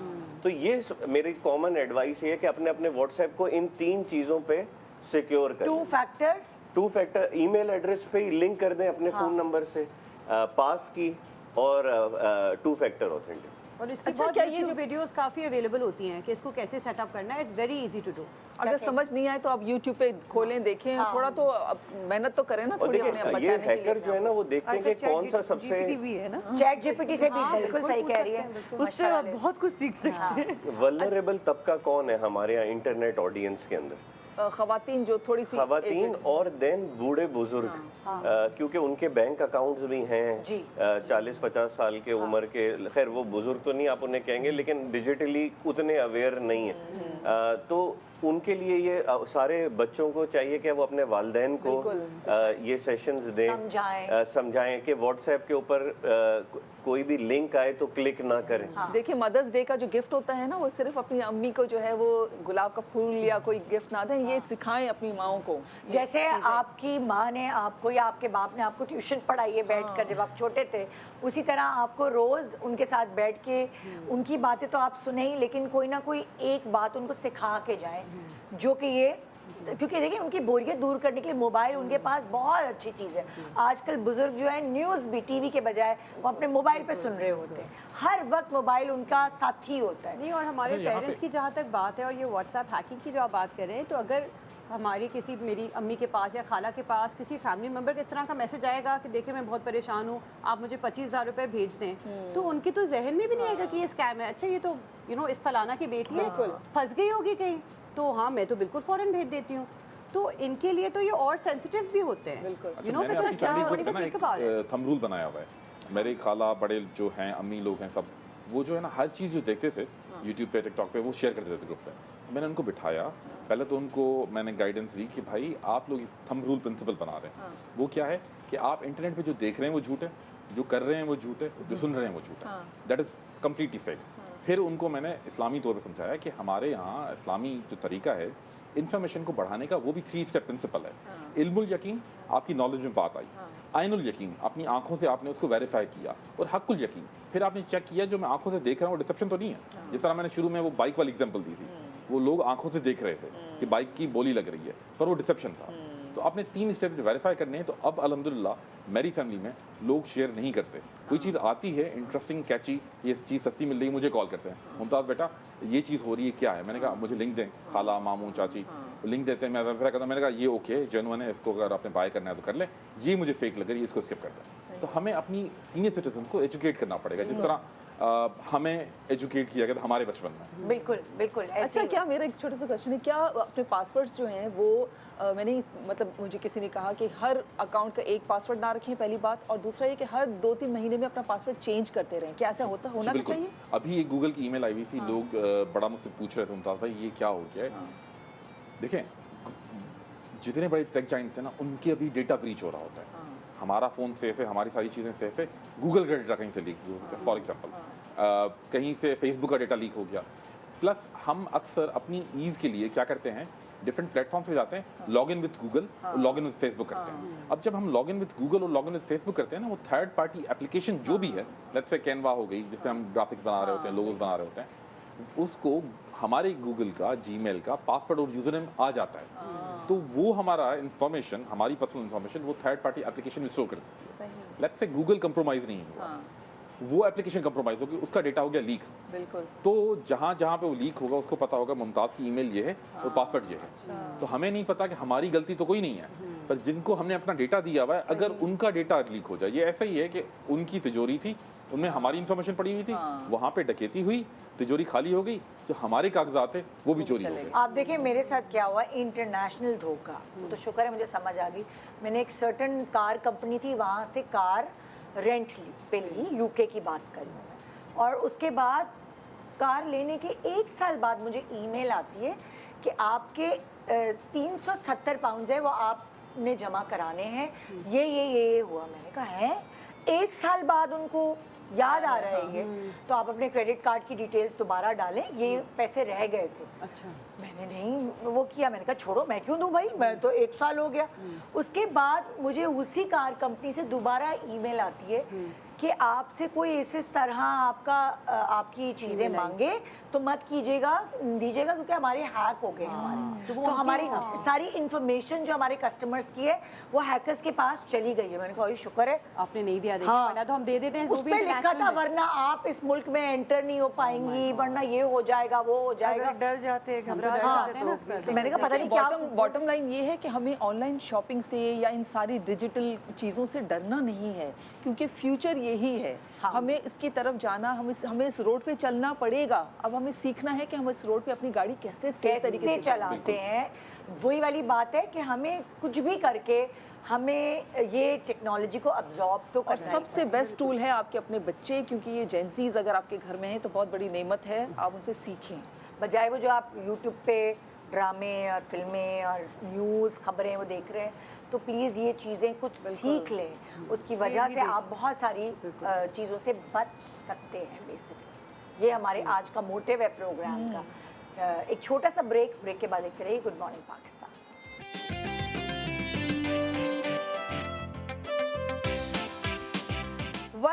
Welcome back, good morning Pakistan. So आज हम बहुत सारी चीज़ें आपको समझाने की कोशिश करें, अल्लाह करे कि आपको समझ आ जाए और आपके साथ वो स्कैम्स ना हो जिनसे आप लुट पुट चुके हैं। हाँ, अच्छा, अब एक और चीज़, बहुत सारे हम देखते हैं कि लोन ऐप्स भी आपको मिलते हैं और हमने ये भी देखा है कि उन लोन ऐप्स की वजह से बहुत सारे लोगों ने खुदकुशियाँ भी कर ली हैं और फंस गए हैं। लोन भी ले लेते हैं, फिर वो वापस करने के लिए अलग अलग हथकंडे भी होते हैं। सो उनके बारे में थोड़ी सी हमें गाइडलाइंस दें प्लीज़। अच्छा, देखें, लोन एक जेन्युइन चीज़ है। आपको बैंक्स भी लोन दे रहे होते हैं, कुछ माइक्रो फाइनेंस बैंक्स हैं उसको भी लोन दे रहे होते हैं। और जब भी हमेशा कोई स्कैम होता है, कोई फ्रॉड होता है, तो उन्हीं स्टोरीज़ को यूज़ करते हुए, उन्हीं लोगों के नाम्स को, ब्रांड्स को, बैंक्स के और मेनस्ट्रीम बैंक्स को यूज़ करते हुए फेक एप्लीकेशन चल रही होती है। कुछ एप्लीकेशन इस तरह भी हैं कि जो नया नाम के साथ, नए एक ब्रांड के साथ आइडेंटिटी बना के उसकी मार्केटिंग करके आपको एडवर्टाइजमेंट मिल रही होती हैं। आपको यूट्यूब देखेंगे, आपको वीडियोस मिल रही होंगी, मुझे तो सस्ता लोन मिल गया, ये बड़ा सस्ता चीज़ है। आपने टर्म्स एंड कंडीशन पढ़ने हैं उसके, कि भाई वो लोन दे रहे हैं तो रिटर्न कैसे करना है, प्लस वो स्टेट बैंक से वेरीफाइड हैं या नहीं है। आप जाएँ गूगल करें, चैट जीपीटी से पूछ लें कि भाई स्टेट बैंक पे वेबसाइट मुझे दिखाओ कि जहाँ पे ये लोन प्रोवाइडिंग एप्लीकेशन, इसको माइक्रो फाइनेंसिंग एप्लीकेशन कहते हैं या फाइनेंशियल इंस्टीट्यूट FIs कहते हैं, कि वो रिकग्नाइज हैं अपना क्या कहते हैं स्टेट बैंक से। कुछ इस तरह की एप्लीकेशंस हैं जो रिकग्नाइज नहीं हैं और वो डिसीव कर रही होती हैं नॉर्मल पब्लिक को। होता क्या है इन एप्लीकेशन के पीछे, ये डिसेप्टिव मैलिशियस एप्लीकेशंस होती हैं। आप इंस्टॉल करते हैं अपने मोबाइल पे, जैसे ही मैंने इंस्टॉल की तो अपेरेंटली तो मुझे लोन मिल जाता है, तो यूज़र जो है वो खुश हो जाता है कि मुझे लोन मिल गया, पर बिहाइंड द बैक वो डेस्परेट भी तो होता है ना उस वक्त यूजर, जब उसको पैसों की जरूरत है, वो डेस्परेट है, तो फिर उस चक्कर में बहुत सारी वो चीजें देखता ही नहीं है कि Exactly. ये क्या है। तो होता क्या है कि वो एप्लीकेशन आपकी मोबाइल की सिक्योरिटी को कॉम्प्रोमाइज़ करती है। आपकी पिक्चर्स, आपकी मैसेजेस, आपकी गैलरी को कॉपी करके अपने एक सर्वर पे, क्लाउड पे स्टोर कर देती है। फिर होता क्या है कि कुछ स्कैमर्स आपको कॉल करने लगते हैं कि भाई आपने लोन लिया था, आप रिटर्न करो। अगर आपने रिटर्न कर भी दिया ना, फिर भी आपको कॉल्स आती हैं डिफरेंट नंबर से। आप एक को ब्लॉक करेंगे, दूसरे से आएगी, दूसरे को ब्लॉक करेंगे, तीसरे से आएगी। आप अगर सिम निकाल के छोड़ देंगे तो क्योंकि उनके पास कॉन्टेक्ट हैं, तो आपकी अम्मी को, भाई को, बहन को कॉल करते रहेंगे कि भाई XYZ पर्सन ने हमसे लोन लिया था, ये रिटर्न नहीं कर रहा। वो बेचारा जो विक्टिम होगा वो चीख रहा होगा, चिल्ला रहा होगा, मैंने तो रिटर्न कर दिया है। फिर उसको थ्रेट करते हैं डिफरेंट तरीक़ों से कि आपकी कोई पर्सनल इन्फॉर्मेशन है, कोई पर्सनल चीज़ है, कोई पर्सनल या प्राइवेट वीडियो है, तस्वीर है, वो हम वायरल कर देंगे। वो ये थ्रेट करते हैं कि आपकी अगर नॉर्मल पिक्चर भी है तो उसको हम AI से एबनॉर्मल बना के, ऑब्जेक्शनल बना के, एतराज़ जो कि पिक्चर या वीडियो बना के हम इस जगह पे डाल देंगे। क्योंकि उनके पास कॉन्टेक्ट्स पूरी होती है कि आपके अकाउंट में, आपके मोबाइल में 500 कॉन्टेक्ट्स हैं, 600 कॉन्टेक्ट्स, कोई आपके पर्सनल हैं, फैमिली हैं, प्रोफेशनल कॉन्टेक्ट्स हैं, आपका बॉस है। अगर वहाँ पे ये इस तरह की चीज़ें जाएंगी तो आप मेंटली प्रेशर में आ जाते हो। ये रिपोर्टेड है, हमारे मीडिया में रिपोर्ट हुआ था, न्यूज़ एजेंसी ने रिपोर्ट किया था कि इसी चक्कर में एक बेचारा गरीब था जिसने एक इस तरह की फ्रॉडलेंट लोन एप्लीकेशन इंस्टॉल कर दी। उसने लोन ले लिया, उसने चुका भी दिया। लोन भी कोई माइनर अमाउंट का था, 12-15 हज़ार का। उसने चुका भी दिया, फिर उसको प्रेशराइज आ रही थी कि थ्रेट्स की कॉल आ रही थी, पुलिस बुला लेंगे, FIA को कॉल कर लेंगे, तुम्हारे खिलाफ FIR होगी, ये होगा, तुम्हें कोई लोन नहीं देगा, तुम्हारा CNC ब्लॉक हो जाएगा। बेसिकली थ्रेटनिंग टैक्टिक्स यूज़ की जाती हैं कि आवाम को, जो विक्टिम है, उसको इतना डराया जाए, इतना धमकाया जाए, इतना मेंटली प्रेशर दिया जाए कि वो हमें और पैसे दे, और ये सिलसिला ख़त्म नहीं होता। या तो बंदा ख़त्म हो जाता है या तो बंदे को सेंस आ जाती है किसी लॉ इन्फोर्समेंट से बात करके, किसी जगह पर रिपोर्ट करके। तो इस तरह की एप्लीकेशन से आप बचें। आप पहले वेरीफाई करें कि जो मेन स्ट्रीम बैंकिंग एप्लीकेशन हैं उनके पास जाएं, या जो main stream micro finance bank है उनके पास जाएं। ये जो नए नए नाम के साथ आ रही होती हैं, ईजी लोन, ऐसा लोन, वैसा लोन, इन एप्लीकेशन की तरफ ना जाएं। एक्चुअली इन एप्लीकेशंस की तरफ वही लोग जाते हैं जिनको बैंक अप्रूव नहीं करता ना, कि नहीं आपके पास बैंक भी तो कुछ हर चीज़ देख Check कर करता लोन है, देता है, उनका कोई क्राइटेरिया होता है, तो फिर वो डेस्परेट हो जाते हैं कि अच्छा जहाँ से भी मिल रहा है तो चलो वो करें, लेकिन फिर उनको नहीं पता कि ये वो खुद कुएं में छलांग लगा रहे होते अच्छा, हैं। इसमें एक और चीज़ भी रिपोर्ट है, हमारी न्यूज़ चैनल्स ने भी इसको रिपोर्ट किया हुआ है और मीडिया न्यूज़ में भी आया हुआ है। वो ये कि कुछ जो स्कैमर्स हैं वो बेसिकली कोई ऐप वगैरह कुछ नहीं दे रहे होते, वो आपको डिसीव कर रहे होते हैं एक लोन प्रोवाइडिंग ऑर्गेनाइजेशन के लिए। XYZ ऑर्गेनाइजेशन है जो लोन दे रही है, जो पब्लिक में मशहूर है, उसका नाम है, एक रेपुटेशन है, उसका नाम यूज़ करते हैं, उसकी एक फेक वेबसाइट बनाते हैं। अच्छा। बोलते हैं हमारी वेबसाइट पे फॉर्म फिल कर दें, आपका लोन अप्रूव हो गया है, लेट्स से 30 लाख का लोन अप्रूव हो गया है, अब आपको फीस देनी पड़ेगी, आपको गवर्नमेंट की टैक्स देनी पड़ेगी, अब आपको ये देनी पड़ेगी। वो 30 लाख के लोन लेने के चक्कर में विक्टिम बेचारा 2-3 लाख दे चुका होता है डिफरेंट स्टेप्स में, 2000, 4000, 5000, 6000 करते करते करते करते 2-3 लाख जब दे चुका होता है, तब विक्टिम को रियलाइज़ होता है यार ये तो फ्रॉड हो रहा है मेरे साथ। तो इस तरह के धोखों में आपने नहीं पड़ना। आपने वेरीफाई करनी है सारी चीज़ें, आपने बैंक की ब्रांच में जाके वहाँ के मैनेजर से, वहाँ पे कंसर्न ऑफिसर से बात करनी है, उसको वेरीफाई करना है, फिर देना है। देखें, अंग्रेज़ी की कहावत है too good to be true, सलीस उर्दू में, कि इतनी आसानी से कोई चीज़ नहीं होती, आपको कुछ एफर्ट्स डालने पड़ते हैं। कोई भी इतना आसानी से आपको अपनी जेब से उठा के 50,000 एक 5 मिनट की एक फॉर्म में ट्रांसफ़र नहीं करेगा। तो आपने ड्यू डिलिजेंस अपनी पूरी करनी है। अच्छा, ये बताएं मुमताज़ साहब कि देखिए हमारे मुल्क में जो लिटरेसी रेट है, अवेयरनेस का रेट है, या हम सोसाइटी हमारी जिस तरह की है, अगर कोई अनपढ़ है, उसको पैसों की ज़रूरत है, तो उनके लिए भी कोई टिप्स देना कि वो कैसे करे ये वेरीफाई और ये सारी चीज़ें कैसे करे वो? कैसे करेगा? कैसे करेगा? देखिए बेहतरीन वो तरीका नहीं करेगा कभी भी इससे। वो बेहतरीन तरीका ये है कि आप अगर आप समझते हैं कि आपकी अवेयरनेस कम है तो try to contact communicate with educated person in your social circle. ठीक है। अगर मैं पढ़ा लिखा फैमिली नहीं में कोई हूँ, पढ़ा लिखा तो है, मेरी फैमिली में तो कोई होगा। अगर मैं एक होममेड हूँ, मैं किसी को सर्व कर रहा हूँ, तो मेरा जो बॉस है, जो मेरा इमीडिएट बॉस है या उसका कोई जानने वाला होगा, आप अपने तहत डिसीजन ना करें। मैं हमेशा एग्जांपल देता हूँ कि हम सारे टैक्स सभी होते हैं, अगर हमारे सीनियर सिटीजन्स भी, मेरे अम्मी अब्बू जो भी अगर फ़ोन ले रहे हैं, तो उनकी भी क्राइटेरिया है कि फ़ोन की स्क्रीन बड़ी हो क्योंकि मेरा आई साइट वीक है, बैटरी बड़ी हो, मुझे बार बार चार्ज ना करना पड़े। जब हम एक छोटा सा फाइनेंशियल डिसीजन ले रहे होते हैं कि 30,000 का फ़ोन परचेज करना है, तो हम 3 लोगों से 30 सवाल करते हैं। पर हम जब कोई लोन ले रहे हैं, किसी बैंक से इंटरेक्ट कर रहे हैं, हम क्वेश्चंस नहीं करते। हम कहते हैं इमीडिएटली हमारा मसला हल हो जाए। तो पब्लिक के लिए यही एक इन्फॉर्मेशन मैसेज होगा मेरी तरफ से कि आप कोई भी अगर डिसीजन लेना चाह रहे हैं, आप कितने भी डेस्परेट क्यों ना हो, कि आपके सोशल सर्कल में, आपके दोस्तों में, रिश्तेदारों में, अजीज़ों में, आपके ऑफिस में कोई भी अगर पढ़ा लिखा है, आप समझते हैं कि उसकी नॉलेज आपसे ज़्यादा है, तो उससे कंसल्ट कर लें। सेकंड ओपिनियन लेने में कोई मसला तो नहीं है। 2-3 लोगों से कंसल्ट कर जी लें बिल्कुल, ताकि एक सेकंड चीज़ पता ओपिनियन, चले। थर्ड ओपिनियन लाजमी है। क्योंकि सोल्यूशन भी तो पता होना चाहिए ना लोगों को। अच्छा, आज के प्रोग्राम का मकसद आपको डराना नहीं था। आज के प्रोग्राम का मकसद आपको अवेयरनेस देना है, क्योंकि देखिए साफ सी बात है, पेट्रोल अब महंगा हो गया है, तो बहुत सारी चीज़ें आपको घर बैठे करनी पड़ेंगी ऑनलाइन। सो अगर आपने घर बैठे ऑनलाइन बहुत सारी चीज़ें जो आप जाके देख के करते थे वो करनी है, तो आपको सीखना पड़ेगा, अवेयरनेस हासिल करनी पड़ेगी, थोड़ा सा विजिलेंट रहना पड़ेगा। सो आज के प्रोग्राम का मकसद बेसिकली ये था कि डरे नहीं बल्कि सीखें, और सीखा ही है लोगों ने। पहले लोगों को नहीं आती थी चीज़ें, तो ऐसा नहीं है कि अभी भी कोई जिन है सीखना। अभी भी हमें कितनी चीज़ें नहीं आती, हम सीख रहे होते हैं एवरीडे। बिल्कुल बिल्कुल। थैंक यू, बहुत शुक्रिया आप सब लोगों का गाइडलाइंस देने का हमारी पब्लिक को, और रुके नहीं, ऑनलाइन फैसिलिटी जो है उसको अवेल करें, मगर अपना जो दिमाग अल्लाह मियां ने सबको बराबर दिया है उसको थोड़ा ज़्यादा इस्तेमाल करके। गुड मॉर्निंग पाकिस्तान एंड खुदा हाफिज़।